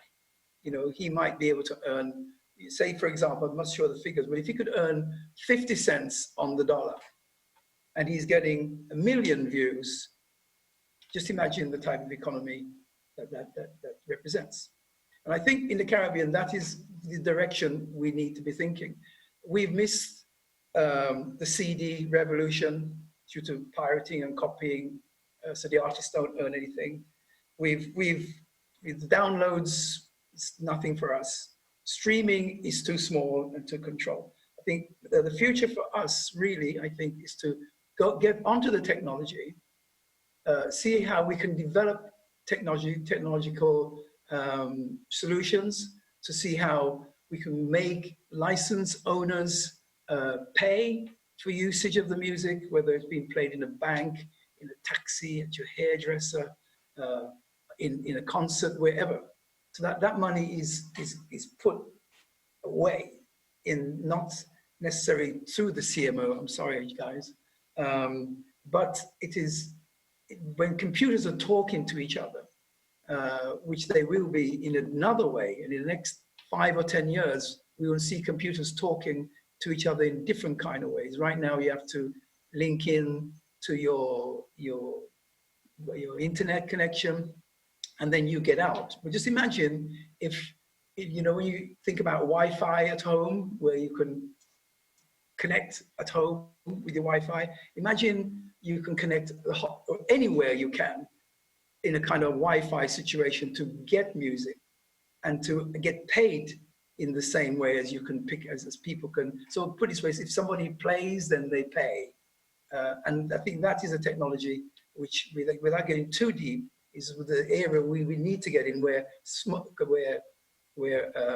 scale, economies of scale, will not be disadvantageous for us. Yeah, and that's what I will leave my first part of the presentation. Otherwise, I'll be here rambling on for hours. All right. Thank you so much, Mr. Francis. Any questions for him? You could go back to his history, his background a bit, if you have other questions there. I had a question around music publishing. We have a lot of songwriters on Montserrat who have the potential to monetize their music. How can they get connected to a music publisher if they don't want to set up their own music publishing company? It's very difficult. It's Echo gentleman has left, but it's very difficult for a single person to work publishing on his own. There are many organizations out there who defend your copyright, and they have power. People like SASM is not a joke, you know. PRS, they don't mess around. So there are people out there who have hundreds of years experience to collect for you. So going out there on your own as a champion, it's not going to work, because usually you'll find that there are territorial barriers against individuals going into a country and collecting royalties. So you need to really be affiliated with people within a certain territory, like they call it sub-publishing, who will go in and collect the money on your behalf. So going back to your original question, it's very difficult for people to be independent. It's all about collaboration, trust, transparency, and professionalism. Minister, you have a question around the blockchain? You're thinking about that one now? I see your brain Yes. working there. Talk to me about it, Minister. I was just wondering, you're based in St. Kitts now. Do you still work out of Sweden and the UK as well? Yes, very, very much. Okay. My company is still in Sweden, and most of the publishing works I have are registered with STIM and NCB. So I collect royalties from Europe, and most of the producers I work with are in Europe. The Europeans, let's go back a little. Somebody talked earlier on about government involvement. Minister, in European countries, the UK, Sweden, and Denmark, Holland, those countries recognize the power of music, economic power. And they put money, they put cash into the business. In Sweden, for example, if you're a kid and you're talented, you know, the government can get you rehearsal rooms. You have funding for grants to make your album. You can get funding to go on tour. That's just for small bands. When you have large bands and big studios, you know, there's no question why Sweden have huge hits, like Max Martin is one of the most prolific producer songwriter in the last 15 years from Sweden, and the top 20, maybe Sweden occupy like 5 of the top 20 producers and songwriters. All of the Britney Spears tunes, most of those pop hits from the 90s and let's say early part of the 2000s came out of Sweden, because the government had invested. The government invested a lot of money, and they're earning a lot of money back from it. Okay, thank you. Questions? No? Okay, so just as we begin we're going to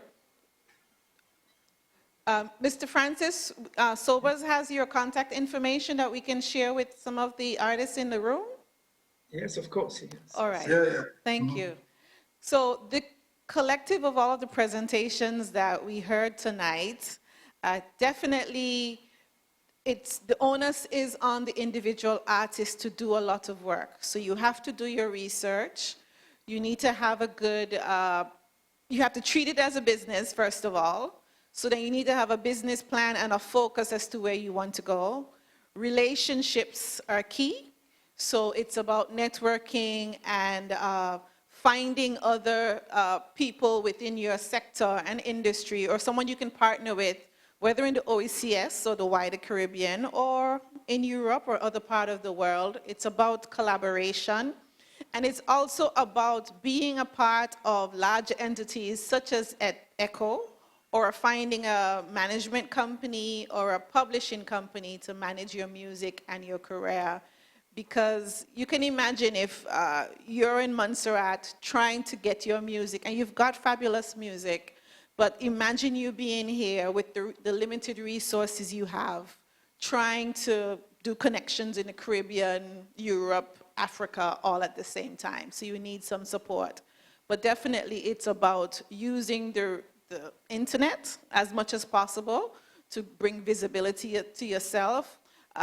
Read a lot about the trends. I think one of the things that Mr. Horn mentioned is that he's not only managing artists, he's also creating platforms for them to present on. So he's a manager, but he's also a promoter.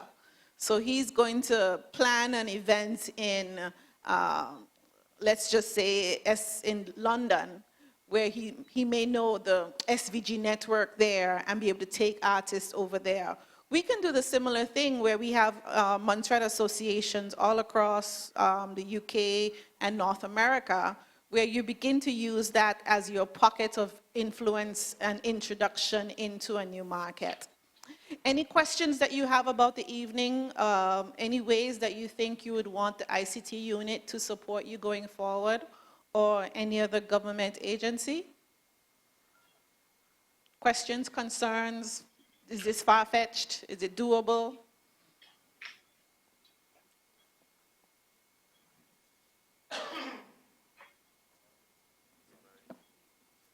Good night. For my presenters this evening, thank you so much for your presentations. I have a question as it relates to the gentleman from the Dominican, giving the presentation from Dominica. Carey School of Music, back in the 90s, was a popular place where young students were able to learn the art form, the different music instruments. How has the music gone from learning in the classroom to now going televised, or are they doing anything on Facebook or anything? I realize that I'm not seeing music coming out of Dominica via teaching on mediums. Is that something that can be done? Is there a way that can go forward in the region, especially in the OECS, seeing that the number of teachers, we still have a few good teachers on island, and they probably need to get that message out. How can we promote that? Yeah, yeah, as I said, Carey School of Music was really an important institution to train a generation of Dominican musicians. So quite a number of our musicians from the 1990s actually got their start through there. Dominica's had some private music schools too. Christian Musical School from way back in the 60s and 70s produced some of the top musicians, like brass guys and so on. Today, what we have is a proliferation of private schools, individuals, music teachers doing, running their own schools, like Pearl Christian, who is with Chief Cultural Officer. We have one of the Christian brothers who is also doing something. We have musicians who offer classes, like Fred Nicholas from bass players, as I said, for Arrow. But the problem is a lot of these schools teach the traditional way of music, eh? And what I think we need to see is a coming together of all of this education and training for young people who want to go into industry. So not just Dominica, but throughout the OECS, we need to see. So St. Lucia, has a school of music, and they have been doing some wonderful thing, bringing out music talent. but we need to see that broaden to a full-fledged educational institution, like similar to what we have in Jamaica with Edna Manning School of Music, where you learn the fundamentals of the music-based industry, but also to learn about the industry.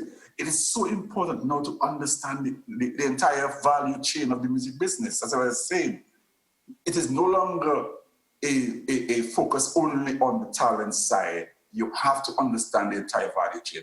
I mean, the most successful musicians today, they are business people. The Rihannas and the Jay-Z's and the Beyoncé's and the Marshall Montanos and what's in in Trinidad, Bunji Garlin and these people, and people like Skinny Fabulous. Those guys, they're not only performers, they are entrepreneurs.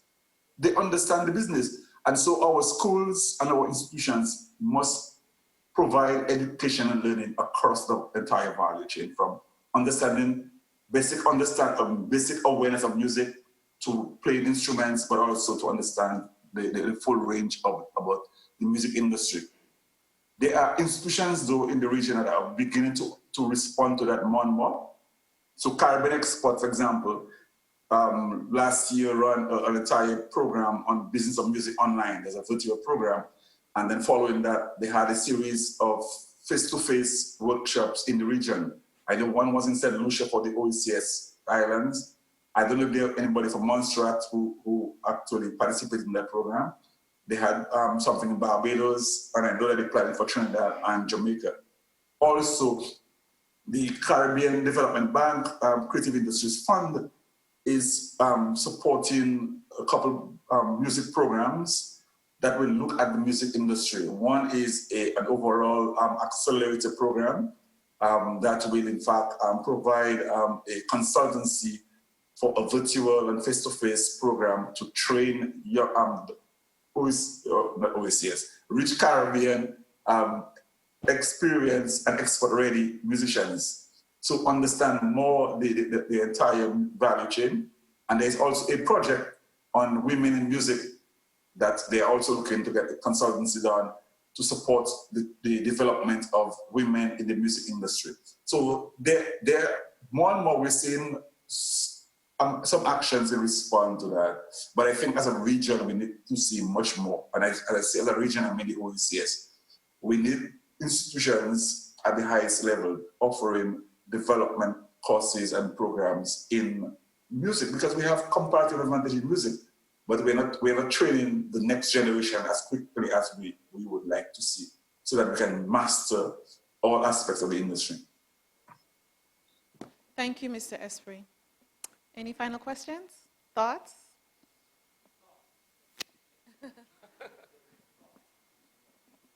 Minister. Yeah, good night. I mean, it was very, very interesting presentation by the OECS Competitive Business Unit. So I would like to thank you guys for that, especially the part that I'm personally and our government is trying to push, that you have to think, you have the industries, you have the creative industries, you have the art of playing music, but there's a business side.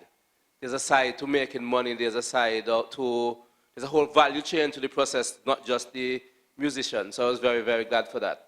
And then in terms of the copyright laws, that's currently in draft, and we're hoping to get that passed sometime in the next year.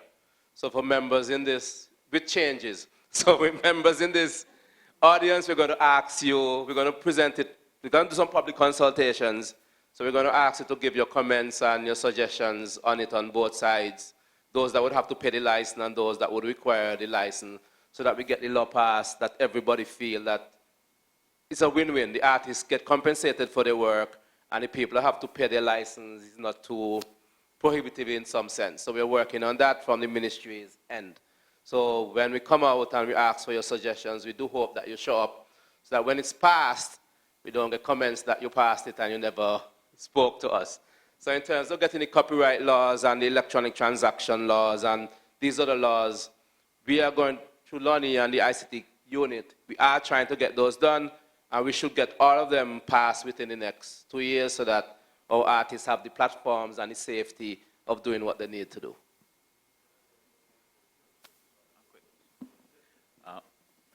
Quick question.